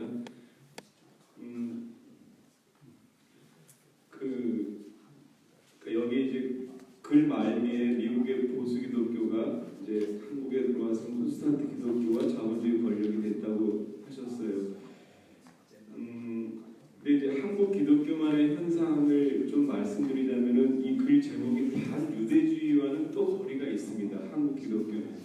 그렇죠. 예를 들면은 태극기 집회에 이스라엘 국기가 등장해요. 성조기도 모자라서 이스라엘 국기가 등장하고, 그리고 또 사실 이스라엘 여행일 뿐인데 그냥 성지순례라는 이제 아주 고상한 이름 붙여갖고 해마다 한국의 교인들이 이스라엘에 무지하게 관광 수입을 올려주거든요. 그리고 반유대주의가 유럽에 이렇게 팽배하지만 한국에서 기독교인들이 유대인 공격하는 거 저 별로 못 들어봤어요. 예, 성서의 무대가 이제 이스라엘이어서 그런 우호적인 감정이 더 많이 작용한다 이런 생각이 있는데, 제 이제 질문 요지는 그러면 이런 이제 우리가 평화를 주제로 이런 수구 기독교, 이 자본주의와 콘스탄틴 기독교로 세뇌된 이 기독교인들에게 평화하기 위해서 야, 너 반유대주의 사상 가져야 돼, 이거 다 틀린 사실이야 라고 할 수는 없잖아요. 예. 이들에게 그럼 우리가 어떻게 이 평화를 이렇게 공통의 분모로 삼기 위한 그런 대화를 걸 수 있을지, 어떤 내용으로? 예. 네, 아주 근본적인 질문을 해주셨습니다. 첫 번째, 지금 오늘날 벌어지고 있는 남미 성소수자 문제, 또 성소수자 문제 이런 지금들에서 굉장히 배타적으로 나가고 있고 박해하고 이런 상황입니다. 그래서 저는 아까 이동훈 교수님께서도 말씀하시지만 텍스트가 있을 때 어떤 본문이 있죠. 그 본문의 어떤 상황들이 있는데 그 본문의 상황이라고 하는 것이 성서가 만들어진 그 상황이 가부장적인 사회에서 만들어졌기 때문에 거의 성서의 특히 구약 성경들 보면 다 남성 중심으로 나오고 거기에 등장하는 인물도 다 남성 우월적인 그런 내용들이 있고 그렇습니다. 그래서 여성에 대한 배려나 이런 것은 굉장히 이렇게 비하적인 낮은 위치에 있는 사람들만 이렇게 후첩이나 이런 얘기 못 낳는 여성 이런 식의 얘기들이 많이 나와 있기 때문에 구약 성경 자체가 이미 많이 왜곡돼 있다, 그렇게 돼 있고, 그래서 그 상황들을 우리는 오늘날의 상황이 있지 않습니까? 지금 우리 살고 있는 현대 우리 상황에서는 또 동성애 문제도 그렇고 이런 것들이 생물학적인 문제라든가 여러 의학적인 걸로 해서 우리는 남녀라고 하는 단순한 이분법적인 것이 아니라 여러 형태의 그런 것이 있을 수 있고 타고난 사람도 있고 또 후천적으로 생기는 그런 여러 가지가 있는데 구약 성경 안에는 그 본문이 있습니다. 뭐 남자가 남자끼리 뭐 교접한 그런 거를 그만 그런 본문 하나만 가지고 따갖고 그거를 내세우는 거는 이제 하나의 이데올로기로서 어떤 보수적인 저는 그걸 하나의 가치로 내세워가지고 계속 그걸로 끌고 나가는 게 아닌가. 그러니까 한 7, 80년 때는 한국의 보수 기독교가 이 해외 선교, 그래서 뭐 이슬람이라든지 이런 쪽으로 많이 하면서 사실은 성장 동력을 가졌거든요. 근데 이제 그런 성장 동력이 많이 떨어진 상태에서 뭔가 이렇게 기독교는 계속 적을 만들고 있어야 됩니다.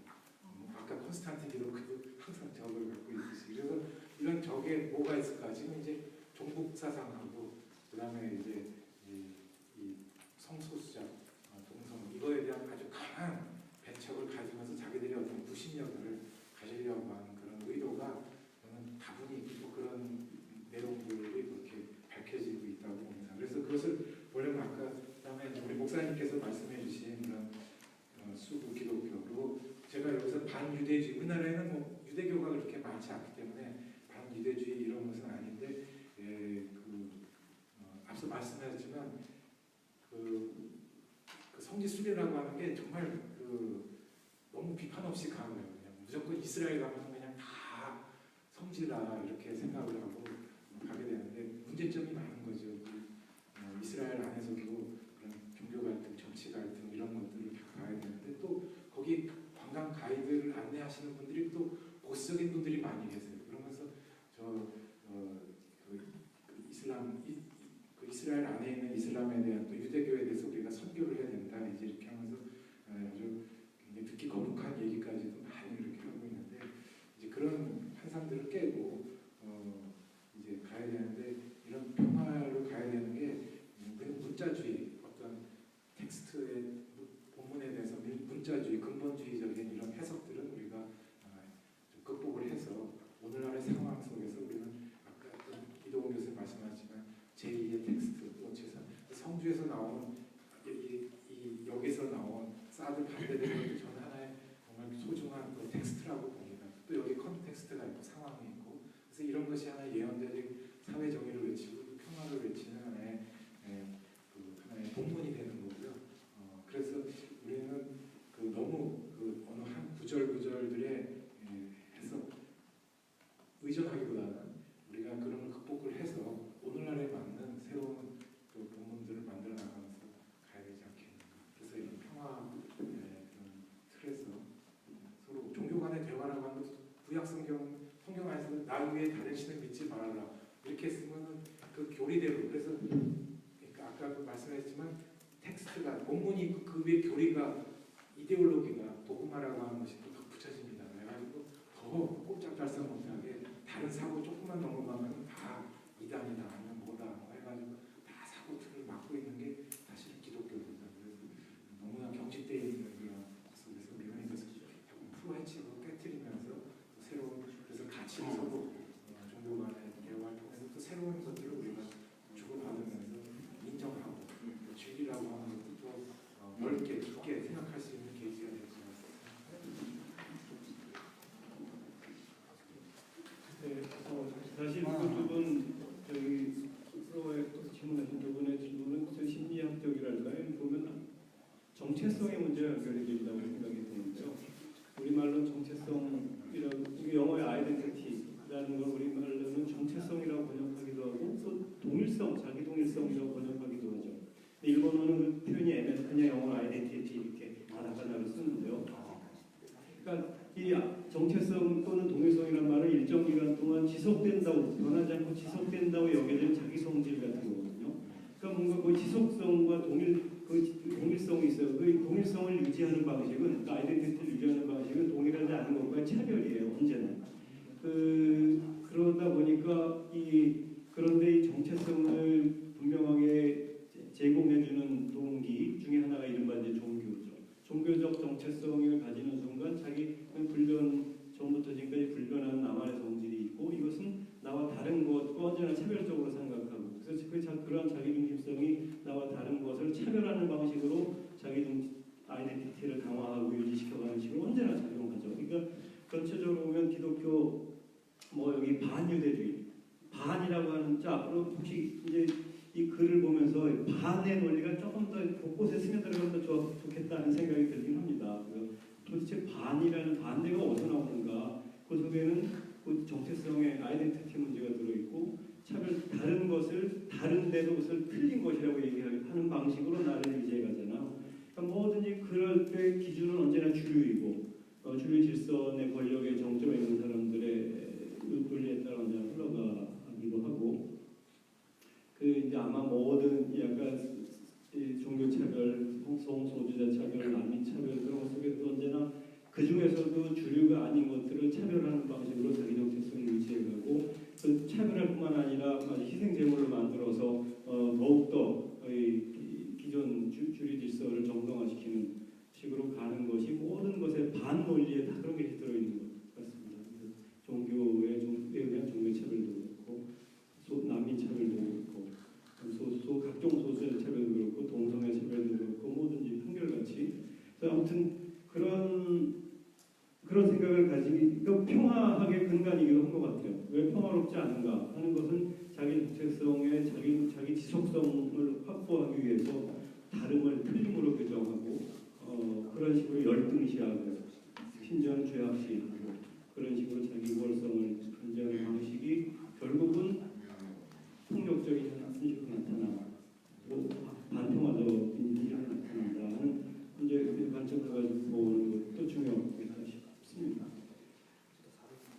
네, 여기 혹시 그 이동 교수님 얘기하시고 그러면 아까 저기 손원영 교수님 발표 때 못한 내용까지 바꿔서 혹시 필요한 질문 가능성 열어놓고 나머지 한 10분, 15분 정도 좀 더 이어가도록 하죠.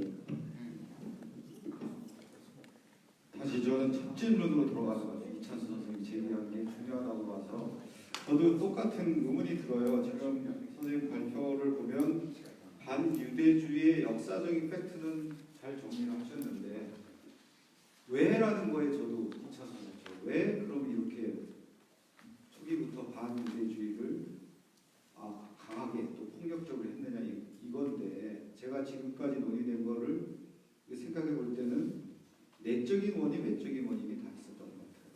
그러니까 단순히 예수를 죽였다는 거 이거 하나만으로는 저는 안 된다고 보여요. 이 반유대주의가 어떤 한 사람의 어떤 독재자 내지는 어떤 편견을 가진 사람의 폭력은 가능하지만 이게 지속적으로 힘을 얻었을 때는 뭔가가 다른 게 있지 않느냐 이거죠. 예를 들어서 예수를 죽인 게 유대다 할 수 있지만 또 우리나라 기독교인들 것처럼 예수님도 유대민족인데 우리 유대민족을 중시해야 된다. 하느님의 아들의 민족인데 그런 식의 논리들도 충분히 있었을 거라고 봅니다. 그런데 그거를 상쇄시킨 게 뭐냐 이거지. 그랬을 때 저는 하나 뭐 지금까지 논의가 나왔으면 동일성이라는 것이 처음에는 다름을 말하지만 그것을 주변화하고 타자화하고 나중에 악마화하는 그런 작업들이 계속 지속적으로 유럽에서 진행됐는데 그럼 그 동일성이라는 게 뭐냐 이거죠.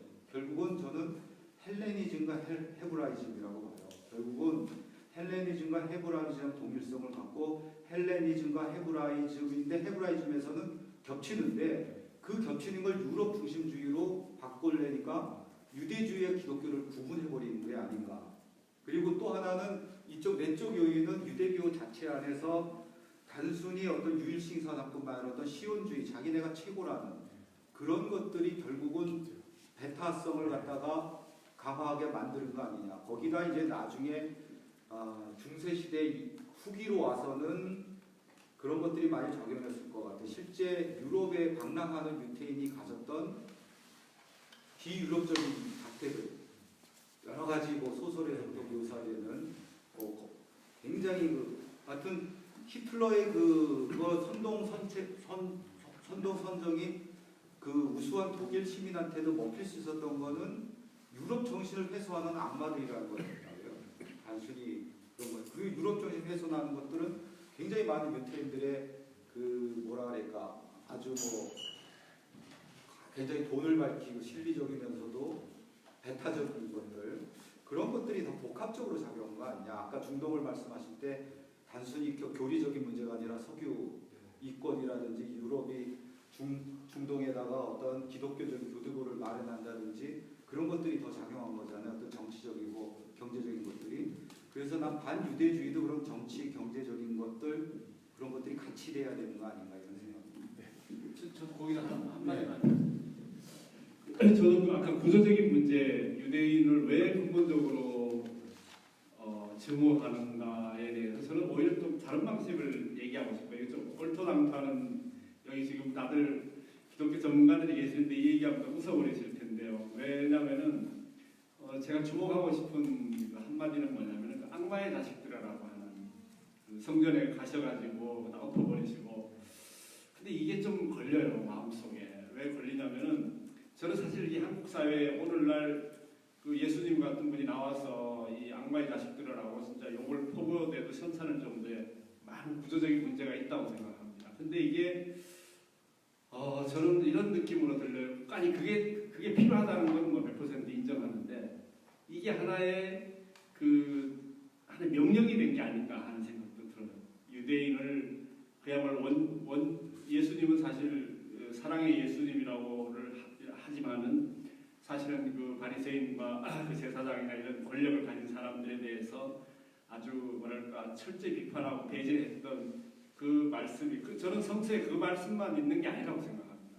악마의 자식들하고 그 다음에 XX 하면서 굉장히 많은 욕을 하셨을 텐데 감히 거기까지는 못하시고 그 말씀 몇 마디만 집어넣어서 그것을 암시했다고 보거든요. 결국은 예수님이 이 악에 대한 그러니까 유대인들이 갖고 있는 그 악인 거죠. 그건 사실 누구나가 가질 수 있는 악인데 그것이 이제 아까 역사적인 콘스탄티누스라고 이런 역사성이 결부돼가지고 결국 방금 이동훈 교수님 말씀한 동일성과 배제의 문제도 다 나와 있고 그러나 근본적으로는 예수님이 그 속에서 어쩌면 유대인이 아니라 유대인이 갖고 있는 그 비인간적인 속성, 권력적 속성, 악마적인 속성들을 박멸하라고 한 것을 그것이 역사성이 결부돼서 결국은 유대인이라고 하는 독특한 민족에 대한 박해로 나타나는 게 아닌가. 여기 이것을 어떻게 우리가 해소해낼까 하는 문제도 저는 있다고 생각해요. 요건 사실 불교적인 입장에서 제가 보는 견해입니다. 네, 좋은 말씀해 주셨습니다. 그 근본 문제를 좀 더 내적인 원인을 통해서 이렇게 보시려고 했던 부분도 저도 많이 생각을 못했는데 이번 기회에 좀 앞으로 그렇게 하겠습니다. 한 가지 말씀하신 것 가운데 이제 배타성. 그래서 유대인들이 어떤 배타성이 어디서부터 나왔느냐. 그런데 사실 아까도 말씀드렸지만 그 이스라엘이라는 나라는 조그만 땅덩어리고 그 북쪽에는 메소포타미아 제국, 아시리아 제국, 바벨론 제국, 페르시아 제국 이렇게 어마어마한 국가들이 있고 남쪽에는 이집트 제국이라고 하는 어마어마한 국가가 있습니다. 그러니까 마치 우리나라 한반도가 중국, 러시아, 일본 뭐 이렇게 둘러싸여가지고 우리도 참 꼼짝달싹 못하고 약소국가이지 않습니까? 그랬을 때 약소국가에서 나온 구약시대 때 예수님 오기 전에 있었던 이런 그 하나님 유일신 사상은 자기를 지키는 최소한의 자기 버전이었습니다. 이것조차도 없으면 바로 제국의 종교에 그냥 휩쓸려 가야 되고 다 원신력으로 다 뿔뿔이 흩어지고 없어져야 되는데 우리 민족을 지키기 위한 아주 최소한의 것은 다른 신을 믿지 말아라. 또 우리 걸 잘 지켜나가자라고 하는 그 정체성, 아까 말씀하신 그 아이덴티티였습니다. 그런데 그걸 지키려고 계속 왔는데 나중에 이게 컨스탄틴 황제 와가지고 이게 이제 딱 기독교 국가로 채택이 되니까 이게 거대한 지배 이념이 됐습니다. 그래가지고 로마 제국이 팽창해 나가는데 바로 나 이외에 다른 종교 믿지 말라. 그래서 막 그걸로 다 다른 종교도 쳐나가고 배척하고 하는데 배타주의로 계속 나간 게 그게 지금까지도 기독교가 그 배타주의, 그 권력 속에서의 배타주의였던 거죠. 그러니까 원래 오리지널한 그 뿌리는 정말 자기 걸 지키려고 했던 건데 이게 나중에 권력 때문에 그렇게 배타성이 커졌다. 그리고 이제 계속 추방되지 않습니까? 그러니까 이 사람들은 한 곳에 정착을 해가지고 내가 재산도 뿌리고 땅도 사고 편안하게 이렇게 몇 대 동안 쭉 내려가면서 몇십 대 내려가면서 살 수가 없어요. 어느 날 갑자기 추방 나오면 도망가야 되니까 이 사람들 제일 도망가기 쉬운 게 금은 보석이었습니다. 그러니까 이제 조그만 것 가지고 도망갈 준비를 항상 하고 있는 거고 그렇게 되다 보니까 이제 또 가요. 그래서 또 새로운 곳에 가면은 그 곳에 있는 그런 귀족들 또 왕권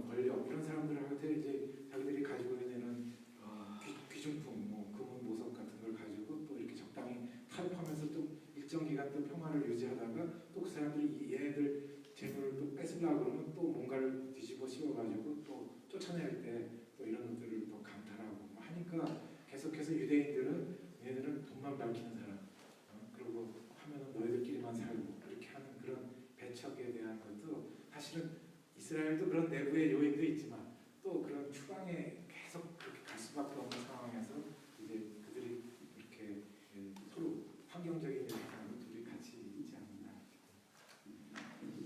네, 저희 시간상 혹시 한 사람 정도만 얘기를 말씀을 들었으면 좋겠는데 혹시 플로에로부터 우리 저는 제 얘기는 아니고 네 어쨌든 네, 코멘트 그 하시고 네. 선생님 말씀하신 거 우리 선생님하고 그 질문하신 거에 대한 생각인데요. 그러니까 그 소위 반유대주의 중에 극복 부분이고 그 원인으로서 예수에게 책임 있지 않느냐 그런 면도 있지 않느냐 그런 거잖아요. 그리고 그걸 극복하려면 어떻게 해야 되냐. 네, 답을 주셨는데 이제 제 입장에서 이제 제 생각은 아까 우리 몇 분 얘기하신 것처럼 이제 텍스트에 대한 이해가 굉장히 중요한 것 같아요. 지금까지는 그 텍스트가 절대 모호하고 틀림이 없고 유일하고 막 이런 이제 기독교 나름대로의 텍스트에 대한 이해가 굉장히 견고했거든요. 근데 최근에 현대 신학에서는 바로 그 텍스트에 대한 이제 비판적 읽기가 굉장히 중요하다. 그러니까 아까 우리 김은규 선생님도 그 말씀을 하신 거라는데 저도 거기에 그래도 희망이 있지 않을까 하는 그런 생각이 있고요. 다시 말하면 텍스트가 그냥 어느 날 갑자기 생긴 게 아니고 그 역사와 배경이 있다고 하는 어떤 그런 맥락을 아는 게 굉장히 중요하잖아요. 그리고 또 하나는 그 텍스트 우리 신학에서는 이제 그 텍스트의 그 층 위를 한 세 개 정도로 나누거든요. 그러니까 텍스트가 되기 위해서는 소위 말하는 프리텍스트라고 하는 그게 있었다는 거죠. 그러니까 말하자면 시각적으로 말하면 하나님 사건이 있고 나서 텍스트가 있는 거지 텍스트가 그냥 나온 게 아니니까. 그래서 소위 말해 종교 경험이라고 할 수 있고. 그래서 그 종교 경험을 프리텍스트라고 이야기를 하고 그다음에 그것이 이제 역사적인 하나의 팩트로다가 묶여진 게 뭐 성경이라고 말하는 이제 텍스트라고 볼 수 있고 그다음에 이제 바로 지금 우리에게 요청되는 건 또 컨텍스트가 있거든요. 그러니까 그 콘텍스트는 텍스트하고 분리된 게 아니라 연속성상에서 바로 지금 맥락에서 텍스트를 이해하는 거니까. 그러니까 다 프리텍스트든 텍스트든 컨텍스트든 다 텍스트와의 관계성이라는 거예요. 그래서 이 텍스트의 종합적인 시각 속에서 예를 들어가지고 그 문제를 그 예수의 이야기도 이해를 하게 되면 그 예수 이야기가 곡해되지 않을 수가 있다고 그렇게 이야기를 한 것 같습니다. 근데 이런 노력이 없이 그냥 텍스트 그 자체만으로다가 문자적으로 이해해버리면 예수에게 분명히 책임이 들어갈 수도 있지 않을지. 예, 맞습니다. 원영상 교무님께서 질문하신 게 바로 예수님도 이제 뭐 악마의 자식 뭐 이렇게 하는 그 대상인데 다 유대인이었죠.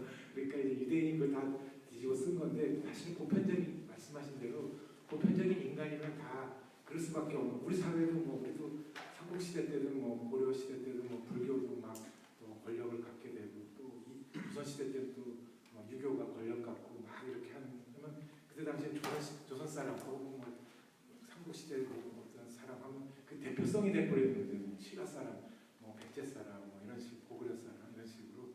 그러니까 이제 그런 대표성이 하나의 다 그 그냥 희생 그런 걸로 이렇게 바뀐 건데 그런 보편적인 건데 그게 하나의 유대인이라고 하는 그런 특화된 이름으로 변질돼서 그것이 네, 아무튼 마무리해야 될 것 같습니다. 근데 또 말씀 들으면서 프리텍스트, 텍스트, 컨텍스트 이런 말이 나오는데 데리다라는 사람이 텍스트는 없다, 다 컨텍스트다 이렇게 얘기를 하죠. 또 그 상황 속에서 어떤 텍스트가 이제 성경이라는 텍스트가 나온 것처럼 무슨 아주 오물교 교전 같은 게 나온 것처럼 되어 있고 이 상황과 연결되어 해석해야 된다고 말을 하는 순간 언제나 텍스트는 그래도 기준이고 주변은 컨텍스트는 마치 보조자료처럼 상상하게 되는데 그 텍스트가 어디냐 세상은 항상 끝없이 컨텍스트뿐이다. 그러니까 맞아 해체시키고 평균화시키는 그런 식의 도전적 발언들은 굉장히 의미 있다고 생각이 듭니다. 어떤 그 기울어진 운동장이라는 것도 그 언제나 권력을 누군가 지향하는 텍스트가 저쪽에 있다고 생각하고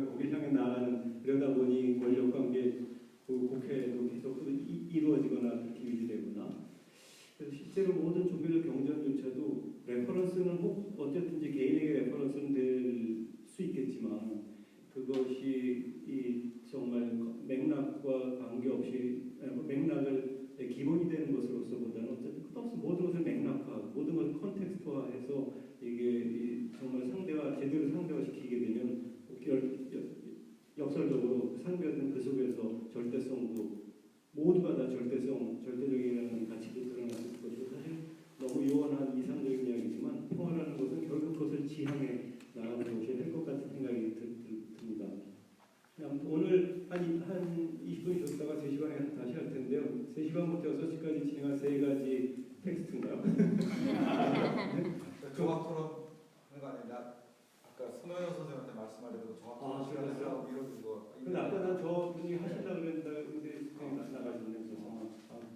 지금 이따가 하시면 이따가 해요. 종합 토론 이 두 분에 대한 종합 토론 시간 아니냐.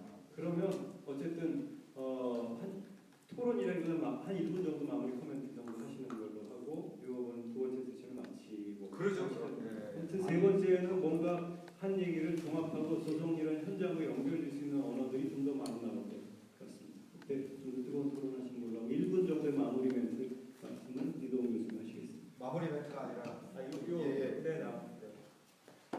그 결론하고 비슷한데 하여튼 그 손원영 선생님한테 다시 그 질문 드리고 싶은 거는 뭐냐면은 뭐 이게 뭐 답을 안 하셔도 될 것 같고 어떻게 되면 뭐 김우기 선생님하고 우리가 오늘 저부터 다 해당되는 건지 쓰고 있는 건데 결국은 이제 예를 들어서 풍류신학이 저가 성공하려면 아까 질문도 이제 목사님한테도 나오고 그랬지만은 제일 중요한 것은 이것이 초역사성을 일탈하는 거라고요. 일탈. 그러니까 예술 물론 저도 풍류 아까도 뭐 풍류가 아우복이고 이게 신명이고 이런 걸 한다고 봤는데 그런 것이 갖고 있는 가능성, 잠재력 또 그걸 통한 어떤 민중들의 어떤 그 현장 투쟁을 갖다가 이렇게 예술을 승화하는 거 그것도 중요한 대안이죠. 근데 그 안에 우리는 역사성이라는 것이 있지 않으면 그 대안이라는 것은 아주 허망한 대안일 수 있다. 오히려 그 투쟁이나 그 모순을 갖다가 기피하는, 도피하기 위한 방책이 될 수 있다는 거죠. 그러면서 저는 풍류신학이 성공하려면 우리나라 이 향촌사회에 관한 논문 보면 300편이 넘어요. 근데 미스를 검색할 때 둘의 공동체로 검색하면 3편인가 나오더라고요. 물론 둘의 책이 이제 나오기도 했지만은 근데 우리 민중들이 끊임없이 어떤 풍류도 아까 뭐 손 목사님 말씀하신 하늘 신앙 이런 것들을 하늘이 단순히 하늘을 모신다는 게 아니라 하늘이 정의를 대신하는 거예요. 하늘이 무섭지 않느냐 이럴 때처럼 그런 신앙을 품은 둘의 공동체가 있었고 그 둘에서는 끊임없이 그 자체도 민주적이었지만 이 위의 어떤 권력들의 모습에 대해서 투쟁하는 것입니다. 조선조나 일제시대 또 끊임없이 뭐 동학도 거기서 싹튼 거고 하여튼 뭐 의병항쟁이라든지 어떤 민중의 난이 일어나는 곳이 바로 둘이에요. 그러니까 그런 식으로 어떤 역사적인 거를 결합시키는 것이 작업이 되지 않으면 작업을 하면 좀 더 이게 지금까지 질문 나온 문제점들을 극복할 수 있다는 거예요. 결국은 뭐 이찬 선생님 지금 말씀하신 것처럼 우리가 텍스트 안에 컨텍스트를 부여하는 것은 그 당시의 컨텍스트에서는 이것이 텍스트는 항상 아까 대리다 조금 잘못 하셨는데 대리라고 하는 거는 텍스트 바깥에는 없다라는 거고 철저히 텍스트로 가자는 거고 그러니까 해체고 그거 오히려 반대리라 가야 되는 거죠. 컨텍스트를 부여한다는 것은 뭐냐면 컨텍스트 안에서 텍스트를 다시 해석하는 것이지만 거기에 물질성과 사건성과 역사성을 부여하는 거예요. 텍스트 안에다가 텍스트만 가면 거기는 역사, 정치, 사건들을 다 소멸시켜버리고 소거시키는 텍스트는 그래서 나는 반대리다적으로 컨텍스트를 복원시켜서 텍스트 안에 어떤 물질성, 역사성, 정치성을 복원시키는 작업들이 필요한 거 아니냐 그런 생각입니다. 뇌 용량이 좀 꽉 차고 있으니까 좀 쉬어야겠습니다. 네. 3시 한 3시 40분에 피트니까 한 3시 40분에 세 번째 세션 이어가겠습니다. 고맙습니다. 저 벽시계 기준이 아니고 이 시계 저 시계 들리더라고요. 그렇죠. 20분입니다. 지금 3시 20분. 15분 정도 하시죠. 네, 그럼 3시 35분에 시작하겠습니다. 35분. 우리 시계로. 네.